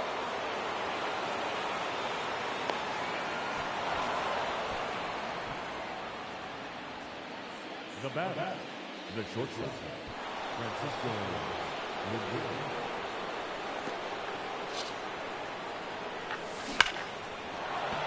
And he's going to get a run.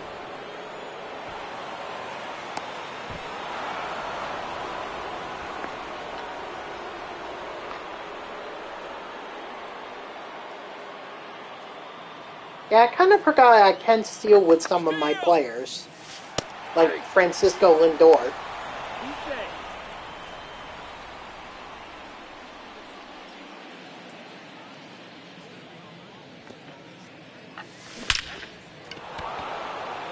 And Hernandez is going to get a nice RBI single.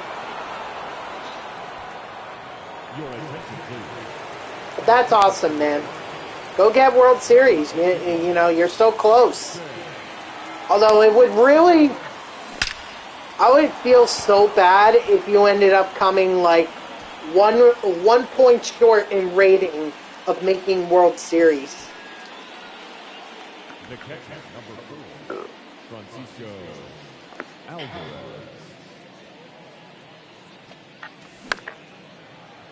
Go foul, go foul, go foul, go foul.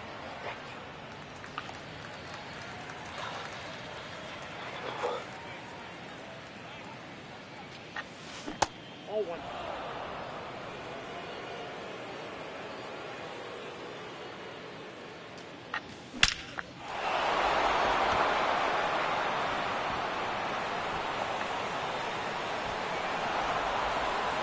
Nice. 2 RBI double for Alvarez. That's like his third double in this game. So right now Alvarez is being a double machine.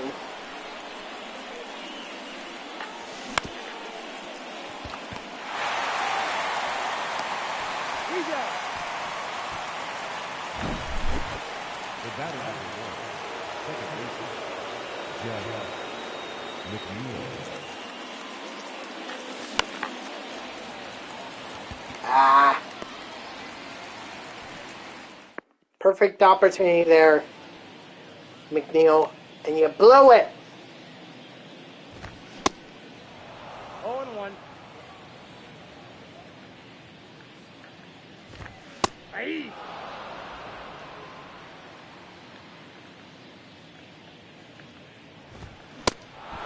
Strike 3, sit down.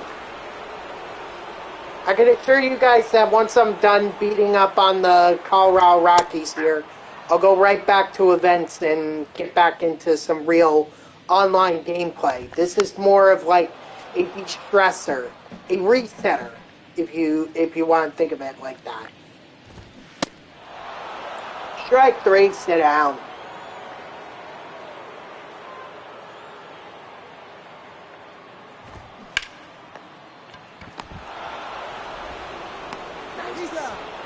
Hold on. Okay, I got a text message.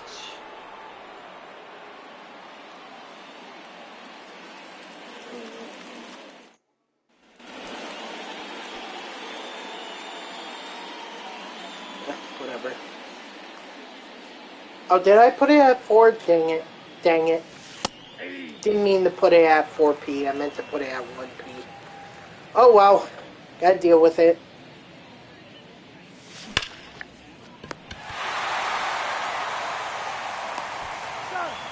No hit for you, baby. The right fielder, number 19, Mark.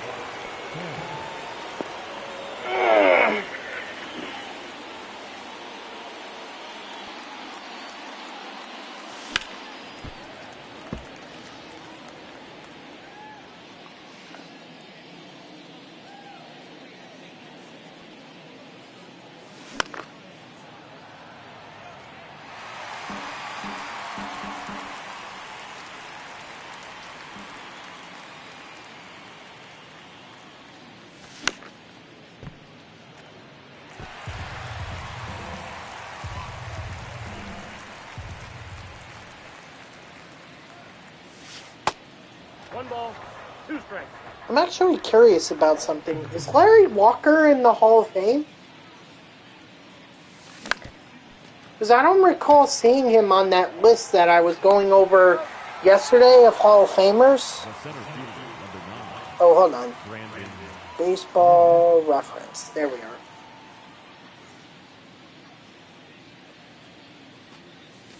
Whoa, that's down. Larry Walker. Hold on. I'll do that in a second. Okay. Yes, he is in the Hall of Fame. Okay, good. I was about to say it. Like,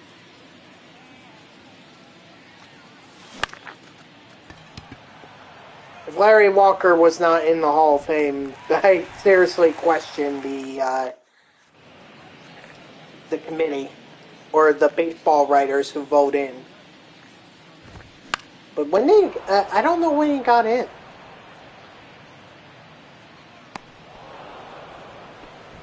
I don't know.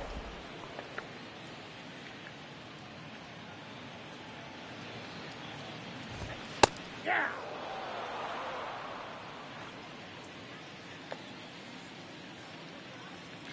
Alright, I was just curious. You know, Walker, if he were in there. He's clearly in there, as is Todd Helton. And I guess we'll see if any other Rockies ever make it into the Hall of Fame. You know, having 2 in there is pretty good. And when you consider that the Rockies only came into existence in the 90s, having 2 Hall of Famers already is pretty darn good.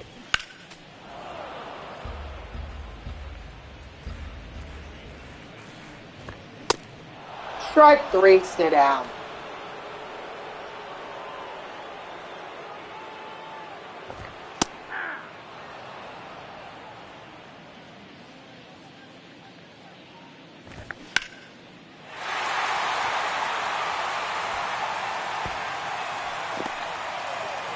No-hitter.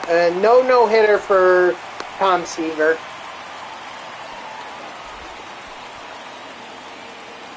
I mean, I'd only start to get concerned if he gives up a run, because then the complete game shutout is completely out of the question. 0-2. Strike 3, sit down. No-hitters mean nothing. At least not in this game.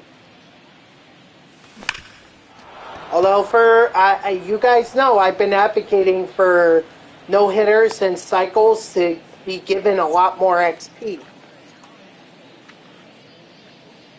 You know, something to shoot for. You know, give them 50 XP if they hit for the cycle, or if they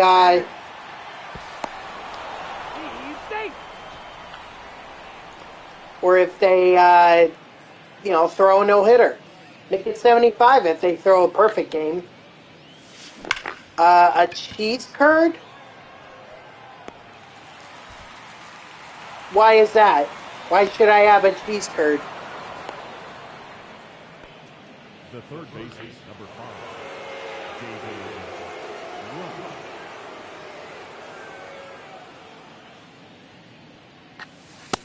Ball 1, no It's play. good? Okay. Alright. I don't know if they sell them around where I live. Maybe they do, and I just haven't really looked for them, but... Nice, David Wright. Take that home run. Your attention, please. Now pitching for the Rockies, number 64, Gavin Calloway.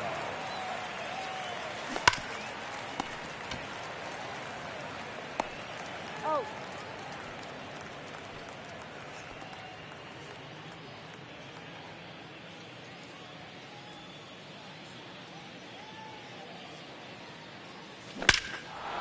Attaboy, Conforto!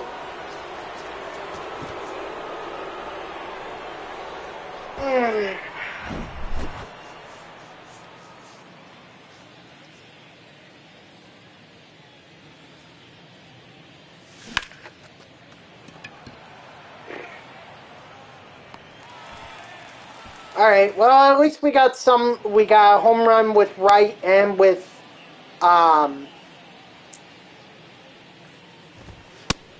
Wright and, 0-1's the count. Conforto, so, you know, good XP right there. Hold on, I'll read that in a second. He's a prick?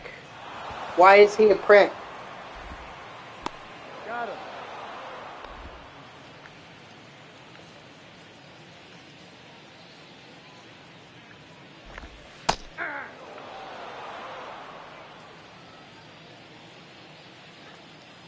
Well, okay, so let me ask you another way.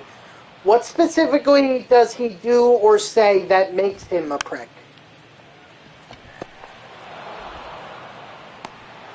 Backhanded compliments at me?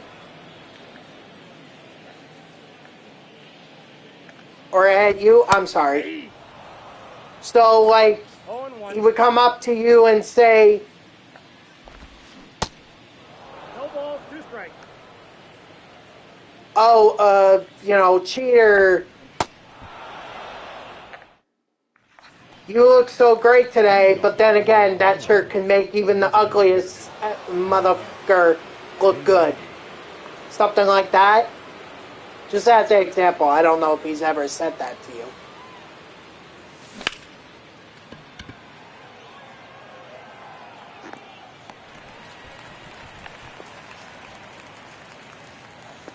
Well, I mean, do you necessarily have to interact with him? Can you avoid him? Or is it, like, unavoidable?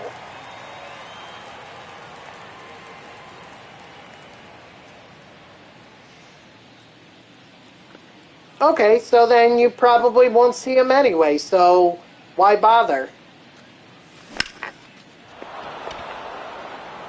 on, get out of here. Yes! Needed that home run. Nimmo's been having a terrible game. Ladies and gentlemen, your attention please.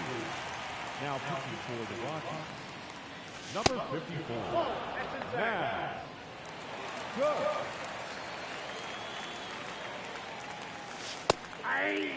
You know, I remember back when I was in middle school, I was 8th grade, and I was walking to class one day, and this kid came up to me.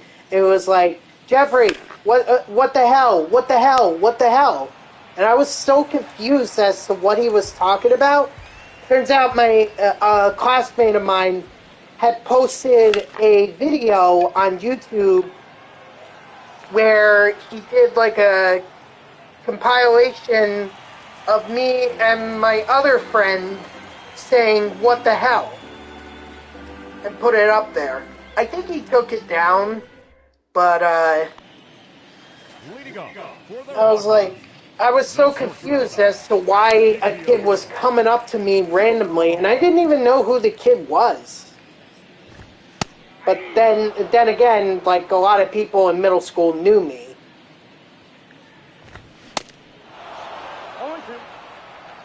So, obviously they were willing to walk up to me and say, what the hell, what the hell, what the hell? 2 strikes. You know, but I didn't know who the kid was. Strike 3, sit down.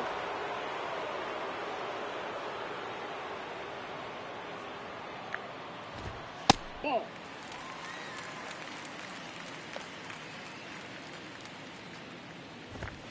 Hey. 1 ball, 1 strike. Hold on, my phone is 1 ball. going off again. Oh, breaking news from ESPN. Falcons plan to hire Rams defensive coordinator Raheem Morris as their head coach. All right, so, I mean, Bill Belichick interviewed for that head coaching job twice, as far as I know. We know the Chargers' head coaching spot is going to be vacant. Or it won't be vacant because they just hired Jim Harbaugh. Thoughts on Jock Peterson, close to being a D-back? Okay. Good for him. Jock Peterson is a very reliable postseason player. So having a little more pop in their lineup like that would actually be good for them. So I think it would overall be good for the D-backs. I mean, the Mets were never going to get Peterson. Hell, they aren't even linked to Stellaire. And I think that's who a lot of Met fans want to see the Mets go after and grab. But the reality is that we can't really sign anyone. Our 40-man roster is full, and you know, our 40-man roster is full, and we only have $10 million left to work with. 0-1's the count.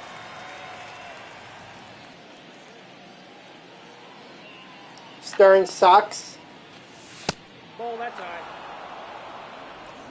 I mean, it's not real. I mean, Stearns went out and got whatever players he thought could build the team. You know, we'll see what the roster looks like on opening day. Plus, I think Cohen was holding back this year. I think after a couple of years of trying to go out and sign big-name free agents and getting into the luxury tax and not really having a lot of results to show for it, I think Cohen may have been like, okay, I just want to like take it easy here.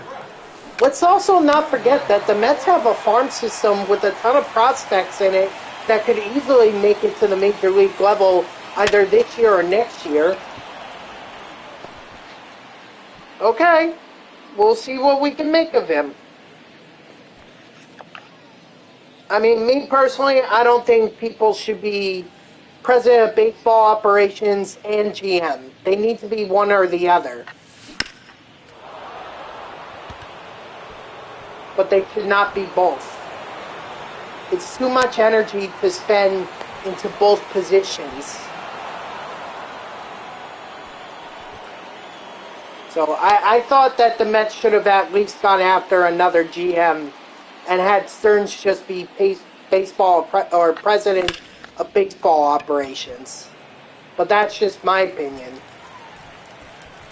Overall, we're not going to see how this works out until we get to March. And then we'll see what we're working with. It's a long season. That's the thing you got to remember, Cheater. It's a long season. You know, the important thing is that the teams get hot at the right time. Mets always have a hot start coming out of April. I can't really name the last time the Mets have had a slow start in April. It's usually around May or June that they start to peter off. So we'll see what we're working with around that time. And then, you know, what does Stearns do after that? You know, does he start to make trades? Does he start to give prospects, you know, a chance? We'll see. But this season is not going to be won in April.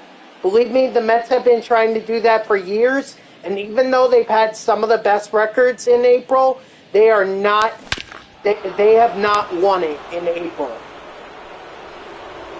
I don't think any team has won it in April. So,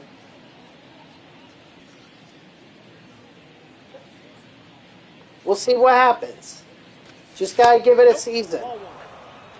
He's also working with a new manager, too. Like, we don't know what this manager's gonna do. This, I forget his name. I'm sure it'll come to me eventually. Mendoza. I think that's who it is. Mendoza.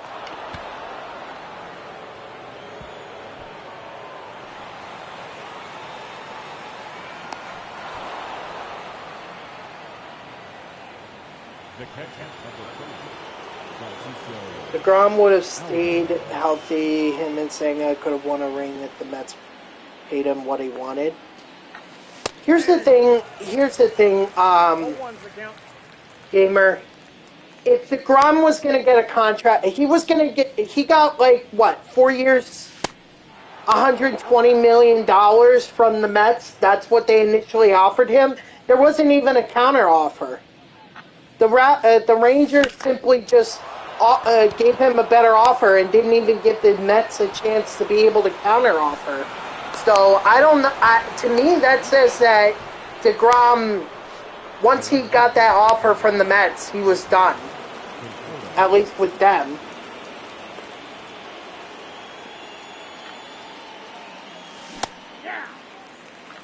To me, it just didn't seem like DeGrom was really going to return.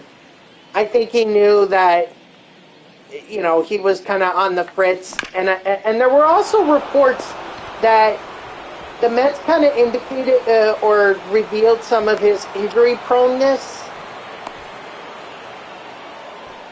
You know, so he, from what I heard, he was very upset at that.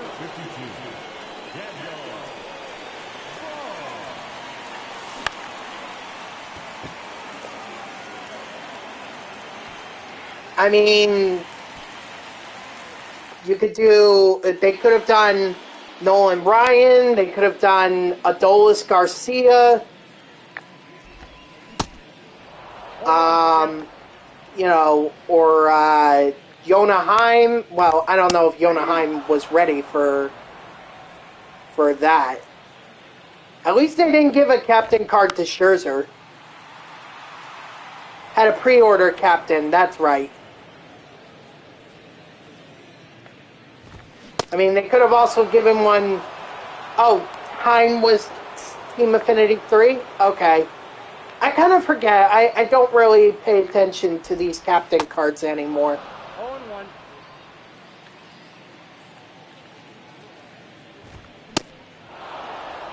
No ball, 2 strikes. At this point, I'm really not worried about it. It's more just Oh, Now batting, center more just focus on building the Mets, and get ready for MLB The Show 24.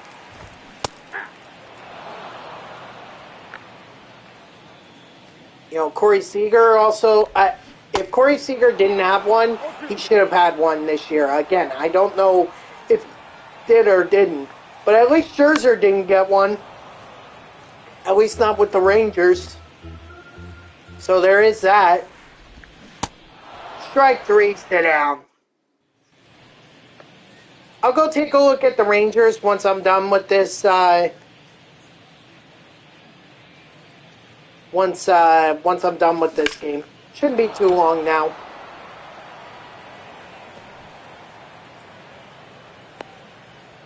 Seager, best captain for Rangers, in my opinion. the batter, the right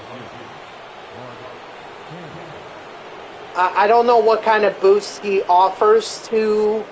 I don't know what kind of boost he offers, but if he does even like what kind of power Pete Alonso gives the Mets players, yeah, he'd be a solid card to have.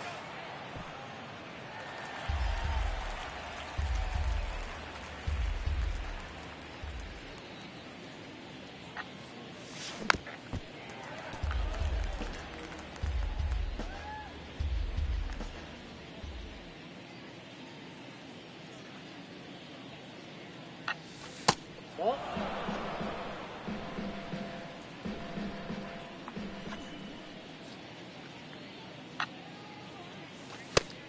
Two balls, 2 strikes. Come on, Canna. Yes.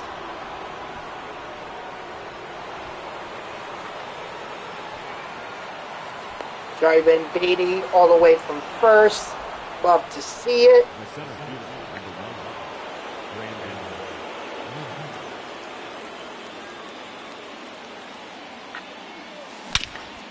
And Nemo's going to get a second home run of the day. Nice.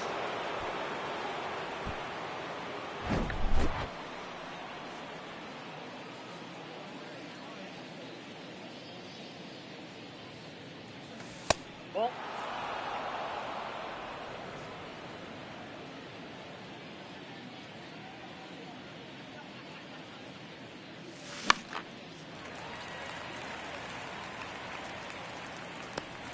That's alright if Lindor doesn't really get a base hit. I'm not worried about it.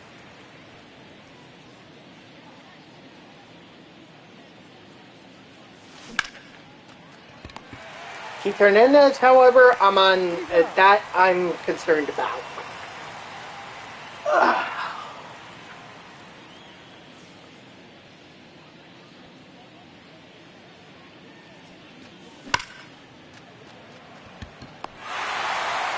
All right. That was it on the at bats. I'm just gonna warm up Diaz just in case Seaver can't finish this. Although all Seaver really needs to do is just get one out, and he'll be in for the rest of the game regardless, or he'll finish out the game regardless if he gives up a run or not. Almost hit a homer with 99 Keith last night, but I got an online triple. Hey, online triple is equally as good. Don't forget the Parallel XP really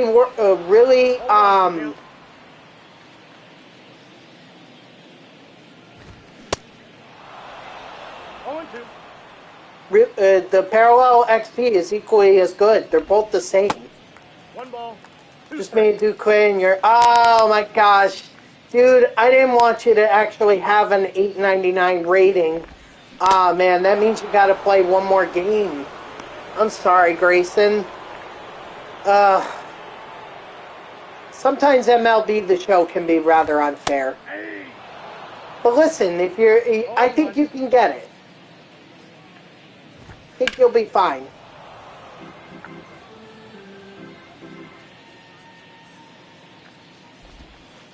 All one.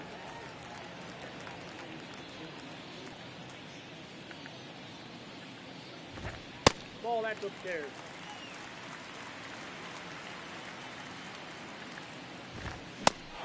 Strike 3, sit down. All right, complete game shutout for Seaver. Love to see it. Let's see. Keith Hernandez with 2 home runs. So did David Wright. Francisco Alvarez had like 4 doubles and a home run. Lindor had a home run, a double, and 3 hits. And Seaver, no doubt, got to tier 4. There's no doubt he got to tier 4. Yep, that was exactly the de-stressor that I needed. Alright, Seaver to tier 4. I knew he would.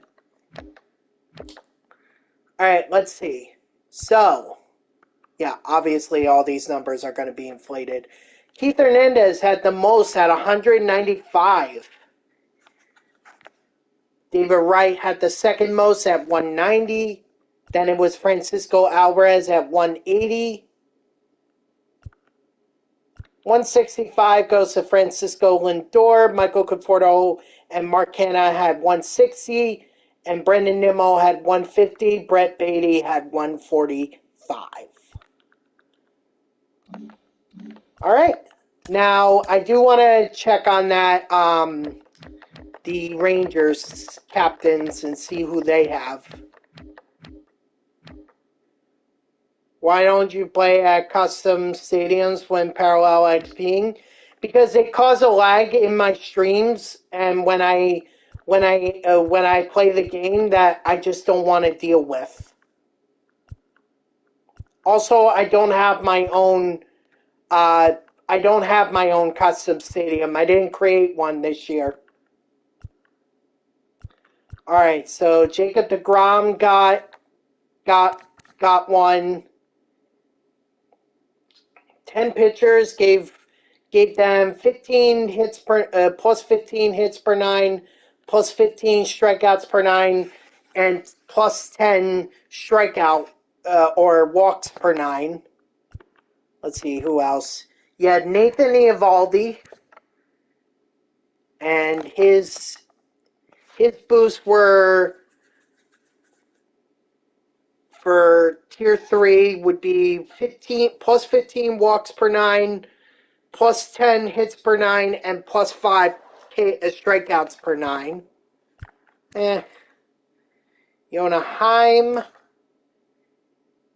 his thing was plus 15 contact versus lefties, plus 15 batting clutch, and plus 10 power against righties.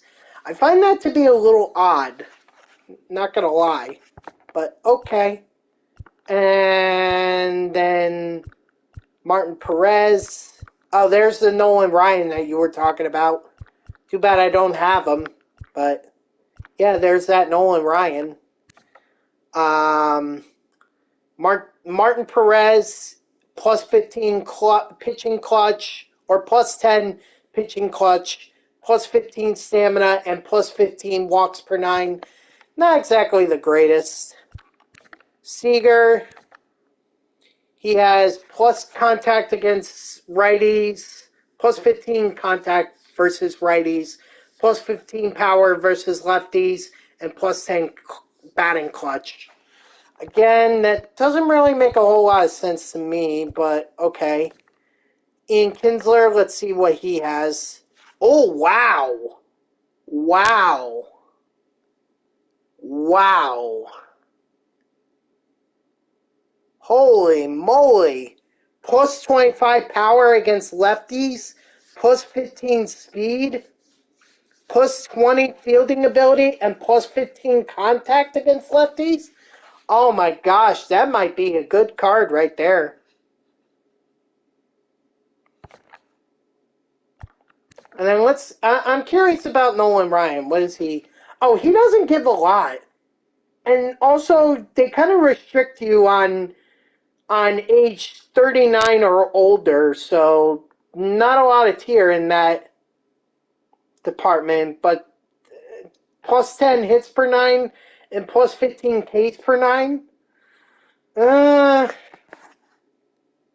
Not the greatest. Honestly, that Ian Kinsler one, I think that's the best one out of all these.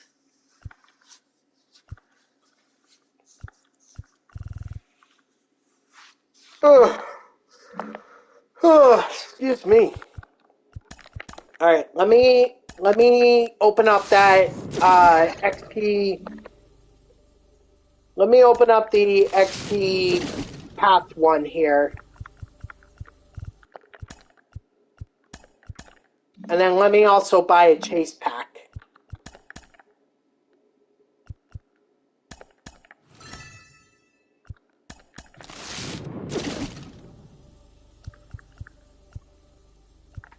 Let's aim for Reggie.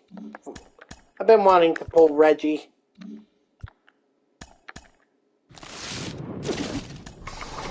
Ah, dang it. Dang it, dang it, dang it. Alright, Julio Rodriguez it is.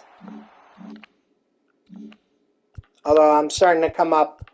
Now I'm starting to lose a lot of Team Affinity or show packs, so I'm not going to have too many players left to sell. All right, back to the event.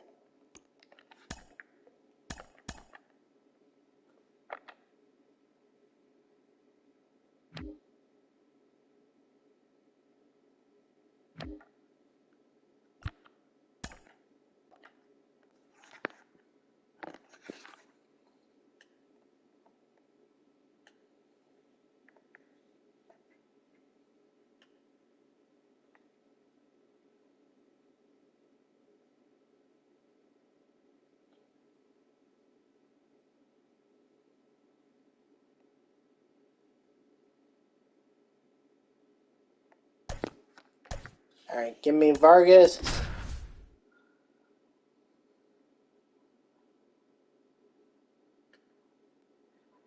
Okay, so we're not going to be the home team. So where are we playing?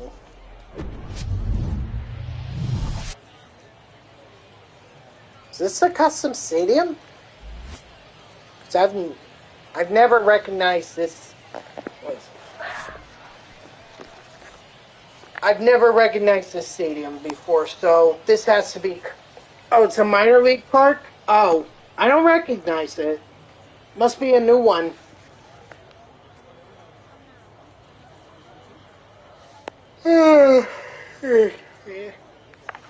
Excuse me.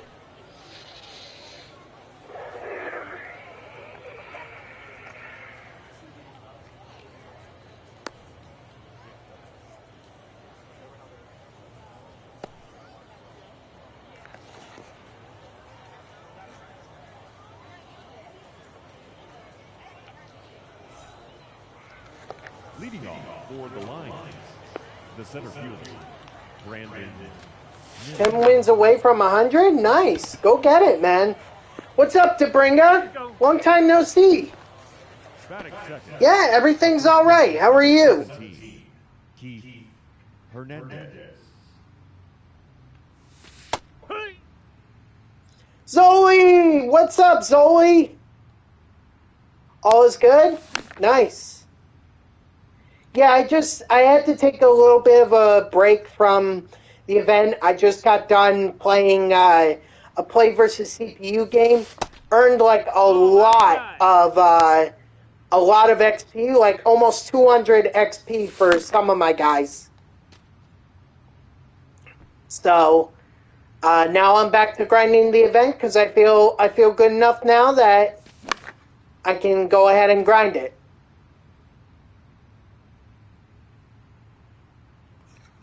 What about you? Have you been doing a lot of event grinding? You haven't played in weeks. Yeah, that doesn't surprise me.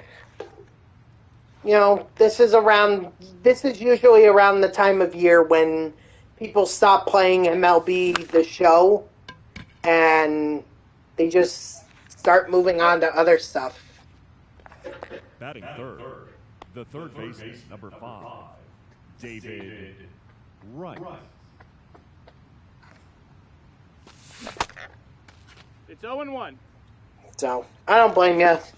We're almost to MLB The Show 24. In fact, they just announced on Twitter that they're going to announce the cover athlete on January 30th.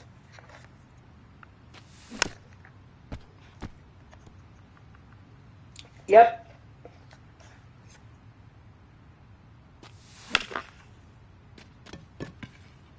Right, please let that be fair. Yes, let's go. David Wright with the home run.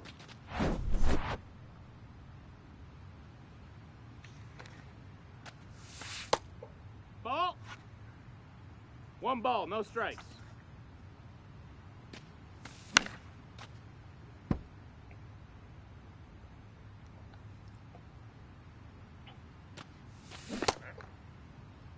One, two.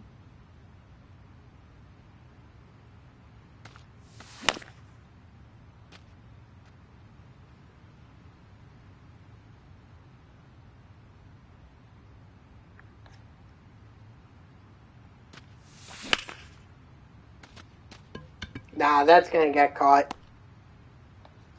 All right, well, good home run by David Wright there. At least we got something to work with. The right fielder, Ronald Acuna Jr. I was starting to wonder where the crowd was. It just... I didn't hear them, and I was starting to get concerned.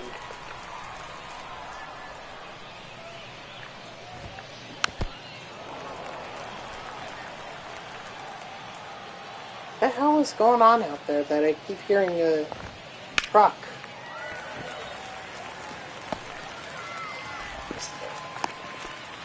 Oh. Oh. Batting second, not shortstop. Seems like to me that truck that's outside is delivering beer to the bar.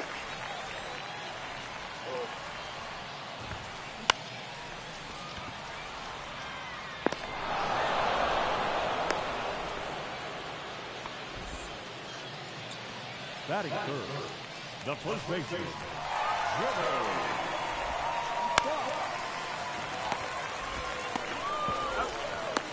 Who do I think will be on the cover for 2024? It's either Ronald Acuna Jr. or someone from the Dodgers. This Paul Konerko is one of your best moonshot hitters.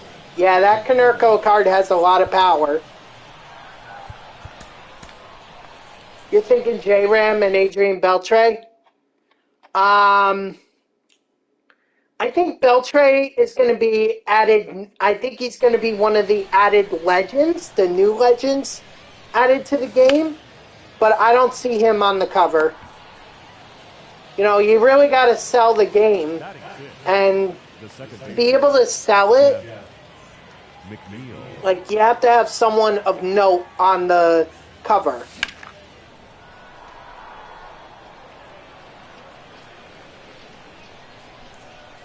You know, think like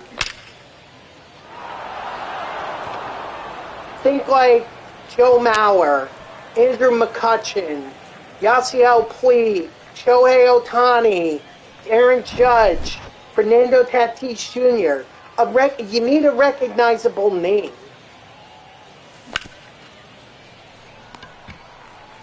And Jose Ramirez, don't get me wrong.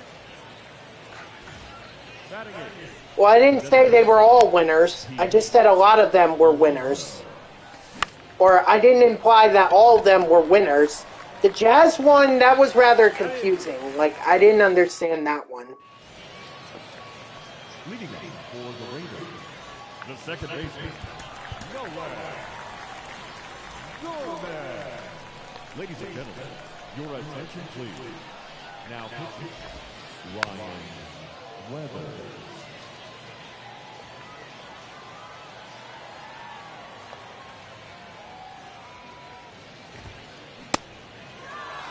Probably because Jeter was the Marlins owner at one point. He's not anymore. He's not anymore, so... And I don't think really Jeter had anything to do with it. I think they thought that Jazz was going to break out. I think they took a chance on Jazz being like the next breakout player. And maybe he could have been if he had stuck to second. But the Miami Marlins decided to just play him all across the field. And honestly, I think that ruined him. Or not ruined him, but that hurt his play. Because he could have been a great player. It's just... No ball, 1 strike. It's just that with playing so many different positions, like, I can tell you at the beginning of the season, Jazz Chisholm was really struggling in the outfield. He did not know how to play center field. He might have gotten better as the year went on, but beginning of the season, he struggled. It was like, why did the Marlins even make that choice? Who knew it only took Tatis to move the right to win the Platinum Glove? I hate baseball voters sometimes. I really do. Brendan Nimmo should have a Gold Glove. He really should. He's made so many outstanding plays, and he has to deal with a stacked outfield in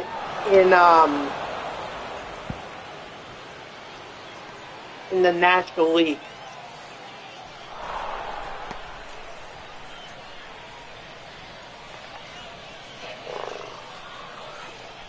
He may go down as one of the best fielding Mets to never win the Gold Glove award. Brendan Nimmo. Attaboy Keith. See? This is why it's sometimes good to take a bit of a break from online play if you're struggling. Go to play versus CPU, come back. Now I'm rocking.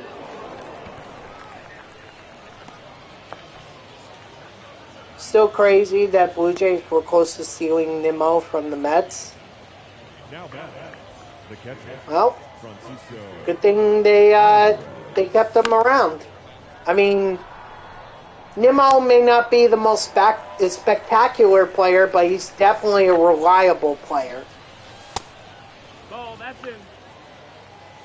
I mean, just look at some of the catches he's made in center field over the years. Absolutely amazing. Again, baseball writers are just... they're assholes. Just to put it bluntly, the way they vote, it just makes no sense.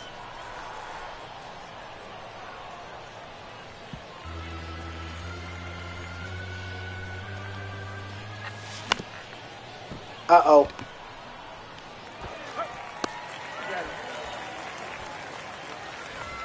The batter, the left fielder, Michael Conforto.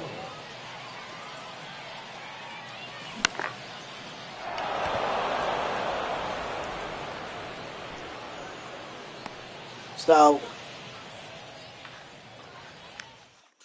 I finally almost got my full common bullpen speed 3.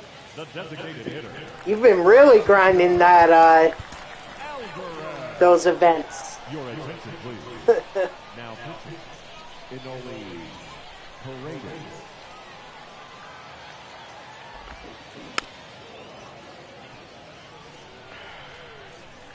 To me, it's just like, it's crazy that these pitchers are earning more XP than the batters.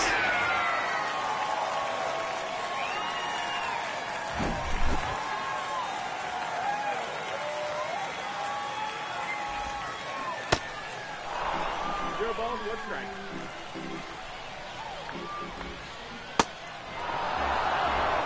The closer is P4.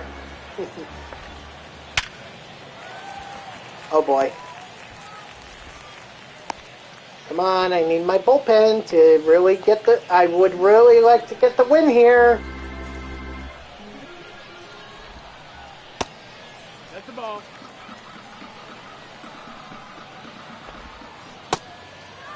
One ball, one strike.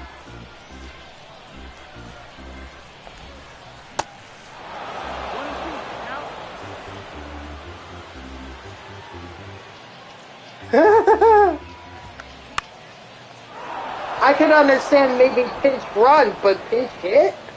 Wow, that's pretty ballsy. Now back, the right fielder, Ronald Acuna Jr. 1-0.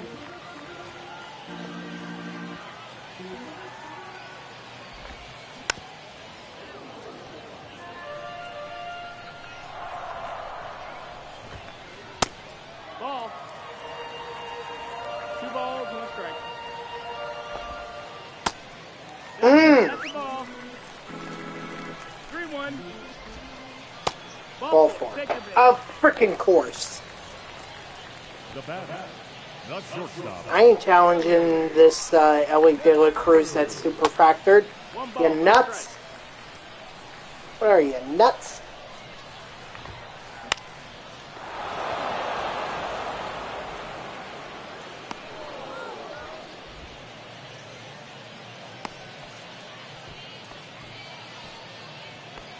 The first baseman, number 3, Jimmy.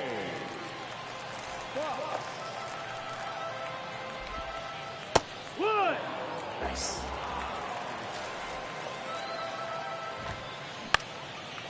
Alright, and that's game. GG's to my opponent. He definitely made it close.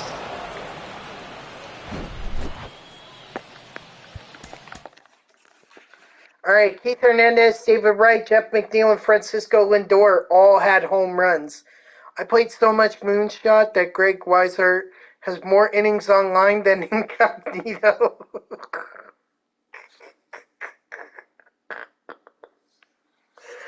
Oh, man.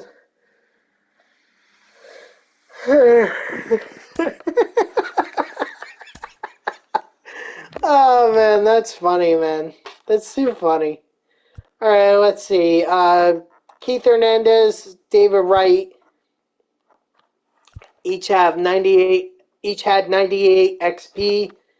Jeff McNeil and Francisco Lindor had 72. 62 goes to Brendan Nimmo. Francisco Alvarez and Michael Conforto had 36. And Mark Canna and Pete Alonso had 18, even though I was trying not to get the at-bats with Pete Alonso. But whatever. There we go. I thought I had 24 wins. I thought I did.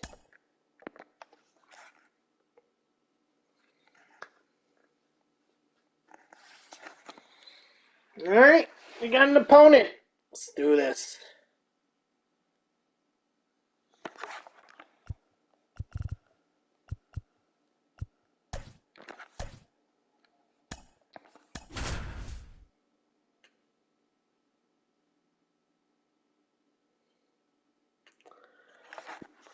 New York Polar Bears. Alright. Where's Pete Alonso? If you're going to have a name like the Polar Bear, New York Polar Bears, I would expect that you have Pete Alonso somewhere in your lineup. Richie Ashburn is in his lineup. Well, then I better make sure he doesn't hit a home run with them.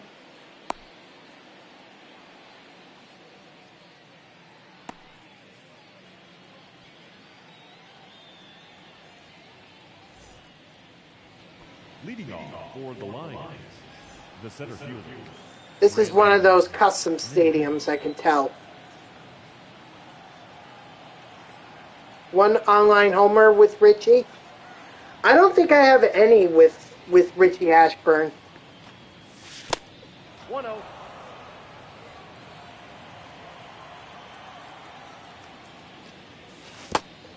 I wish we could transfer Stubbs to 24 when it comes out. No, they wouldn't. They would never allow that. because they want you to pay for stubs when the game first comes out. That's what they want. They'll never go for that, because if they know that you could, if they know that all you have to do is just transfer your stubs to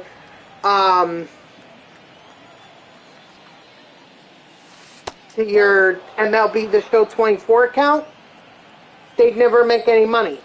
Gamer is absolutely right.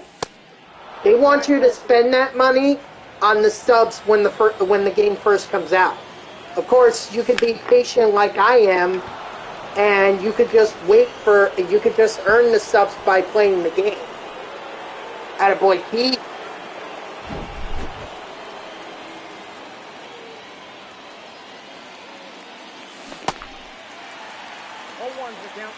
So, I'm sorry, but the best thing that you should do, honestly, oh, believe me, at the start of the game, oh, it's a ton of people. Because everyone wants to get the 99 overall collection right off the bat. They want Ohtani. They want Judge. The only way you can get those guys is if you get stubs to buy packs. Which is dumb, because you can earn the packs through playing the game. No one said that you had to buy the stubs. Or no one said you had to buy the stubs to buy packs. Like, that's what I don't think a lot of people understand. But everyone wants to get Ohtani and Judge and Trout and all those guys on day one. Yeah, Lindor lining out to Lindor. Only in MLB The Show. 1-1.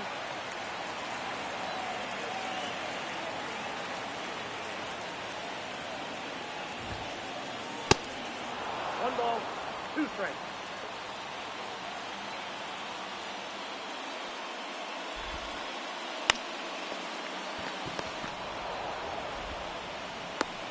Nice. Batting third, the right fielder, Anthony Santander. So while that would be great to bring up, San Diego Studios would never go for it. Plus, that would also bring down the price of Trout and Ohtani on day one. Like, you know, those guys are going to be 1 million stubs to start out the game. If everyone was able to transfer all their stubs to the next game, if everyone was able to do that, then the price of getting Trout would just go down.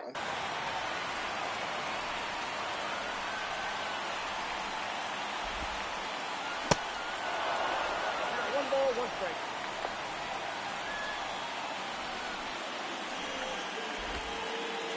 Sorry to burst your bubble like that. Dang, Keith, what a snag. Just too bad we wasted that home run.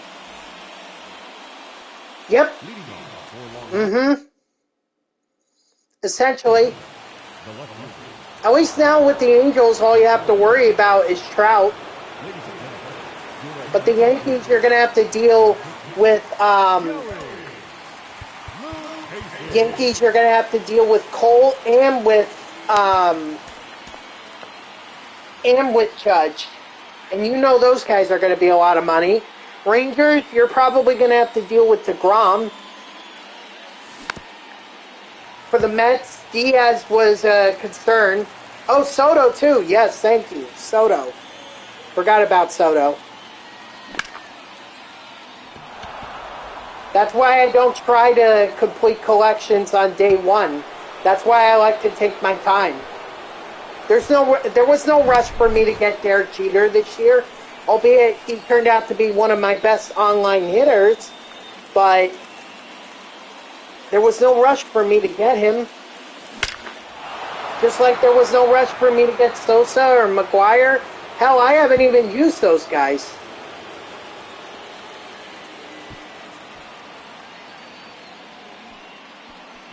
Wow.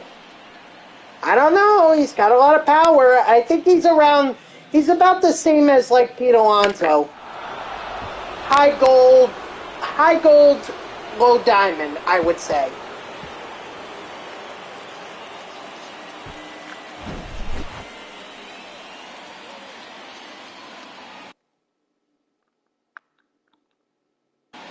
Your attention, please. Now, pitching. Right. Where? Pinch hitter. Maybe make a case for Gosman. Now I'll give him low gold. I'll give him low gold at best. Doesn't seem like he's been much since he's gone to Toronto. 2-1. Give him Manoa, Alec Manoa. I'll give him a silver. I'll give him a silver. We got full count.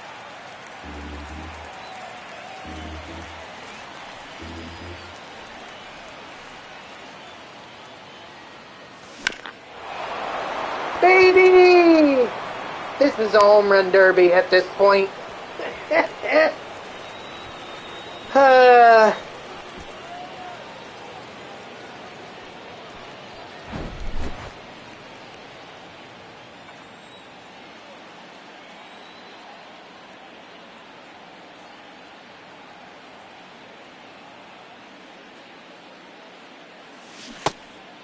No. Did he go? Thank you.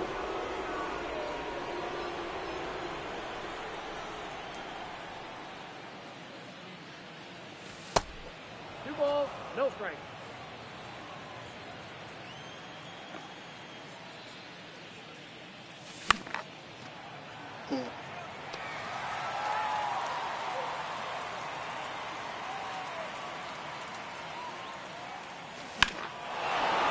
And Lindor's going deep.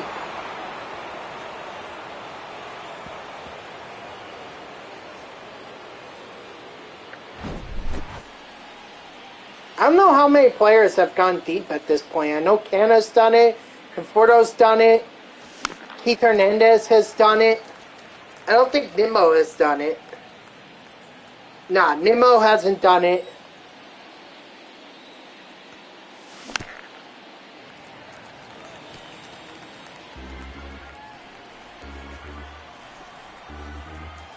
I don't think the Mets are going to be that hard this year to complete. I mean, he has... It's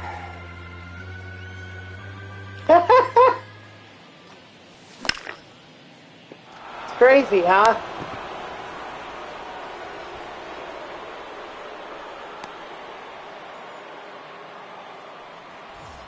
The first baseman, number 17, Keith Hernandez. Man's halfway to P5. Oh, man. Oh, crap.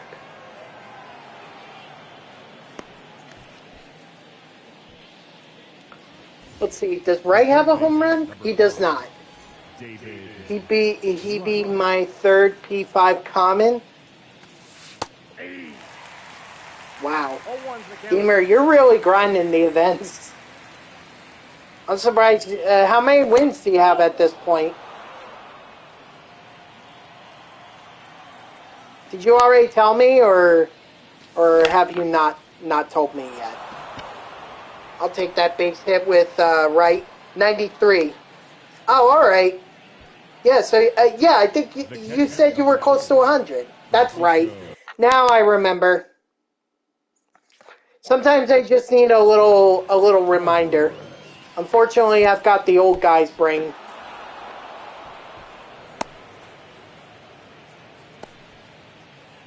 Oh, he does have Pete Alonso at first base. Okay. Yeah.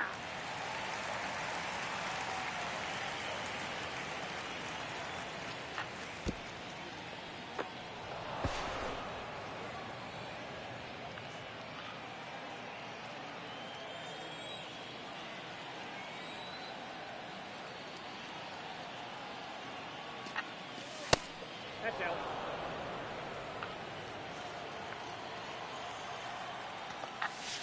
Aye. Alright, now we're going to send right. Ooh.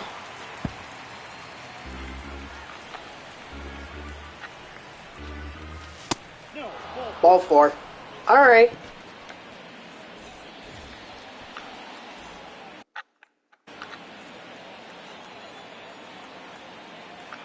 Your attention, please. Now, pitching. Out of. Go,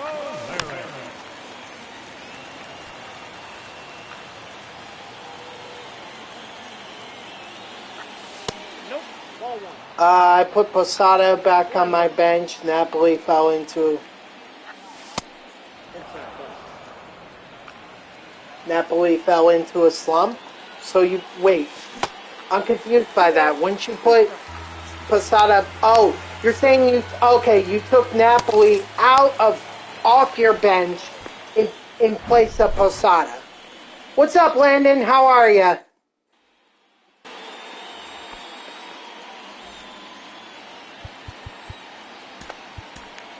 Ladies and gentlemen, your attention, please. Mauer's your catcher? All right. Mauer ain't bad. Ball one, no strike. Good. How has the moonshot been? We got off to a bit of a rocky start. I wasn't really getting a lot of hits with the guy, so I took a bit of a break, and now I'm kind of teeing off. 3 balls, no strike.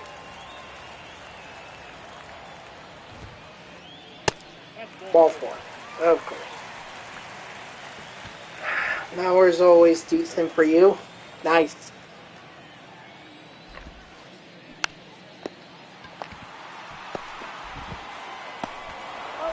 Please don't ever do an underhanded throw like that again, McNeil.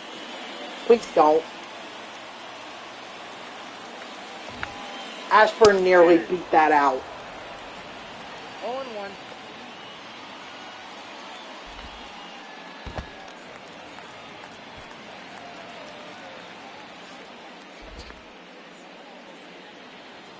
I mean, I hope I can get to 25 wins.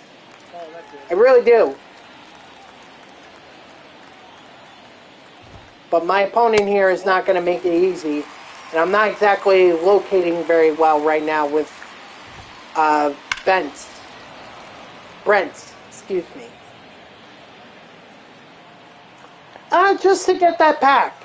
I want to get that pack. Strike three, sit down.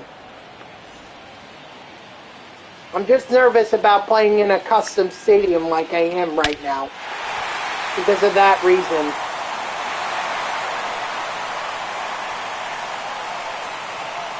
Still, I like to collect cards. Gives me a reason to keep playing.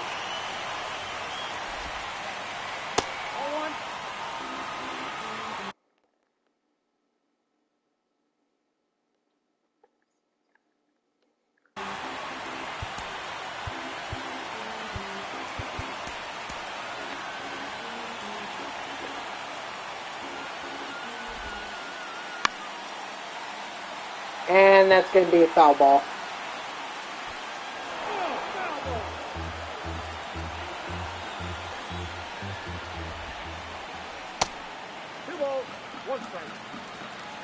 Plus, I'm close enough now. I'm only one win away from getting 25 wins, so I might as well go for it, you know? Leading off for the line, the second baseman, Jeff At the ball. McNeil. Counts 1-0.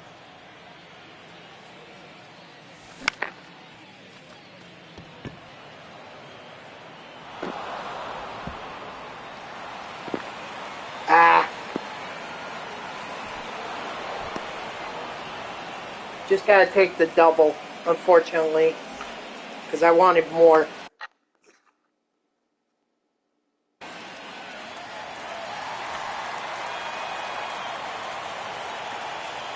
Your attention, please. 0-1's your count. Now pitching, number 50. Inside, ball one.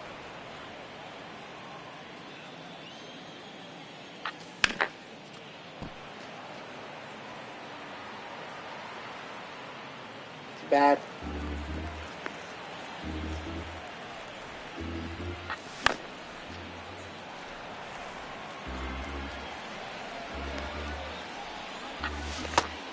No, no, we didn't.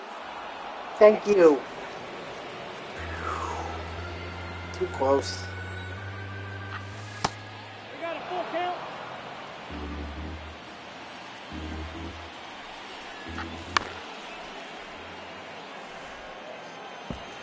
Can't throw 100-mile-per-hour fastballs forever.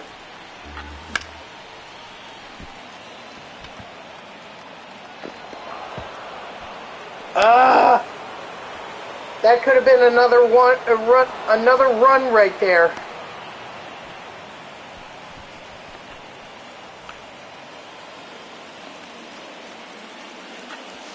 That's the ball.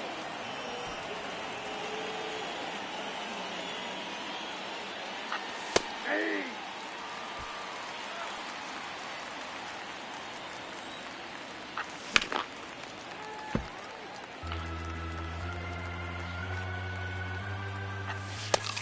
Strike 3. Yep.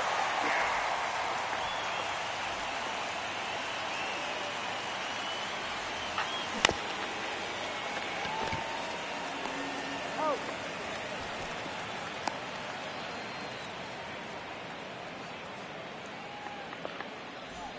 Come on, Nimmo.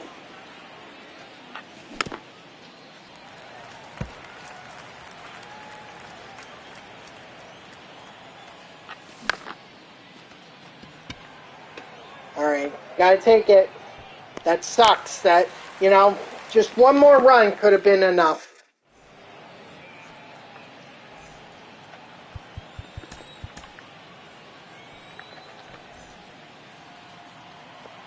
Your attention, please. Now pitching, Johan Ramirez.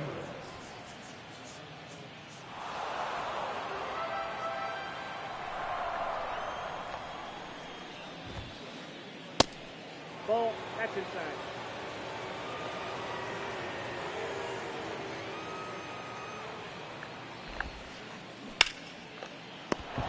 Nice, Keith. Nice. What a play. That's why Keith Hernandez is a multi-time Gold Glove winner.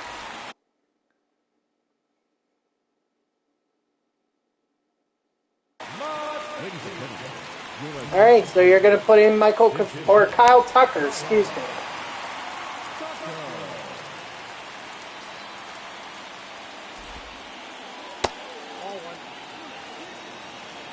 Ball 1, no strike.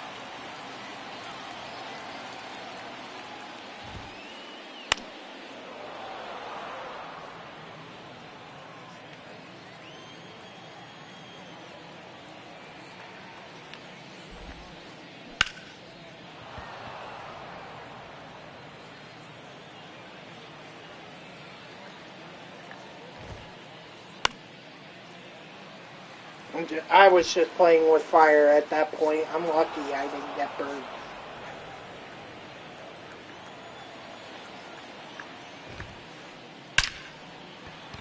Oh, gosh.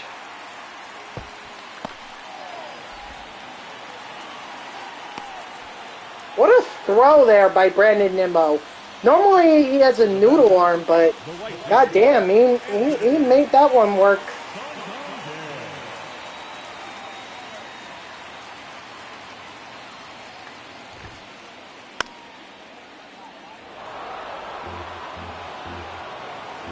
This game will likely take me to the end of my screen, so...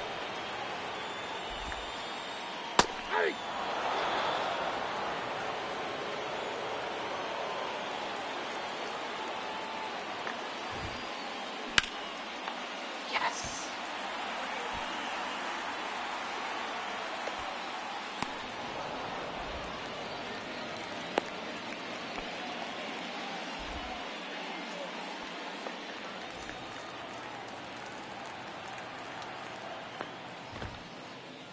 Nope. Count 1-0. Hold on.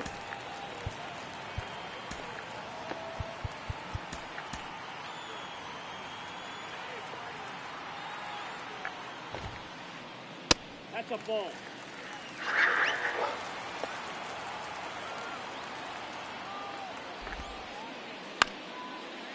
All right, GG's to my opponent. Always great to play a fellow Mets fan. Glad I was able to get a lot of... Hey, you know what? GG's, man. Yes, absolutely. Let's effing go Mets. That was a tough one. You definitely had me... You had me worried there. I thought you were going to have me when Johan Ramirez was down to yellow stamina.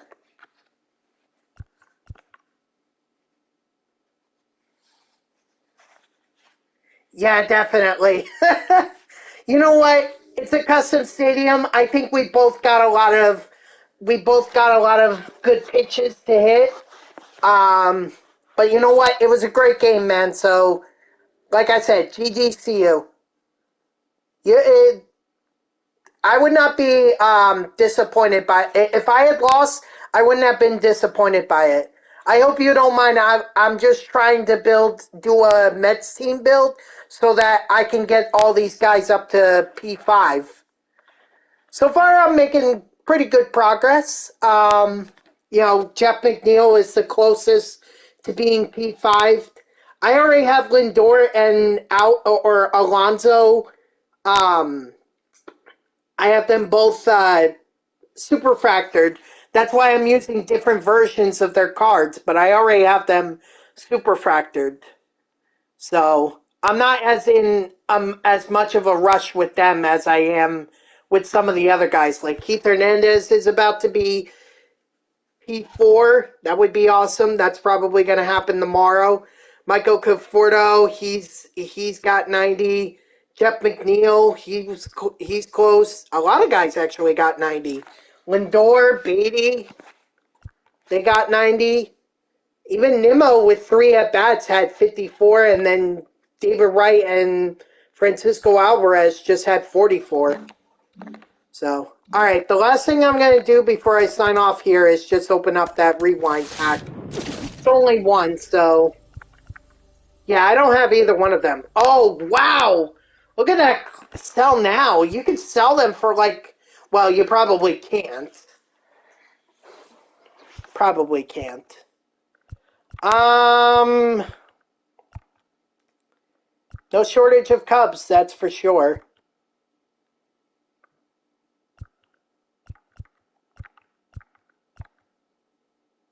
I don't know, maybe we'll do Kerry Wood. Yeah, you can't really... Let's see. Can you? Yeah. It was worth a shot. 2 million subs would have been awesome. Alright guys, that's going to do it for me, so thank you to everyone who tuned in, even if it was only for a moment. I greatly appreciate it. If you haven't done so already, please be sure to follow me here on Twitch and or subscribe. Either one would make me a happy person. If you're watching this on YouTube, I thank you so much for tuning in. I hope that you liked the video and subscribe to my channel. And if you want to know when I go live, you can follow me on X at TTVNextJG1024.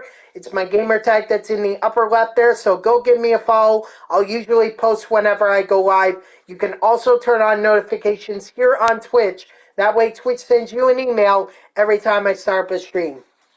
Overall, the big thing was getting Tom Seaver up to tier 4, so that's good. And it was nice to get a break after going through a rough patch with online gameplay. You know, it was just nice to be able to, like, take a break and then come back and start teeing off, get a lot of XP. It's all good because, you know, Keith Hernandez, he's going to be tomorrow he is likely going to be tier 4. He's going to be parallel 4, which will be awesome.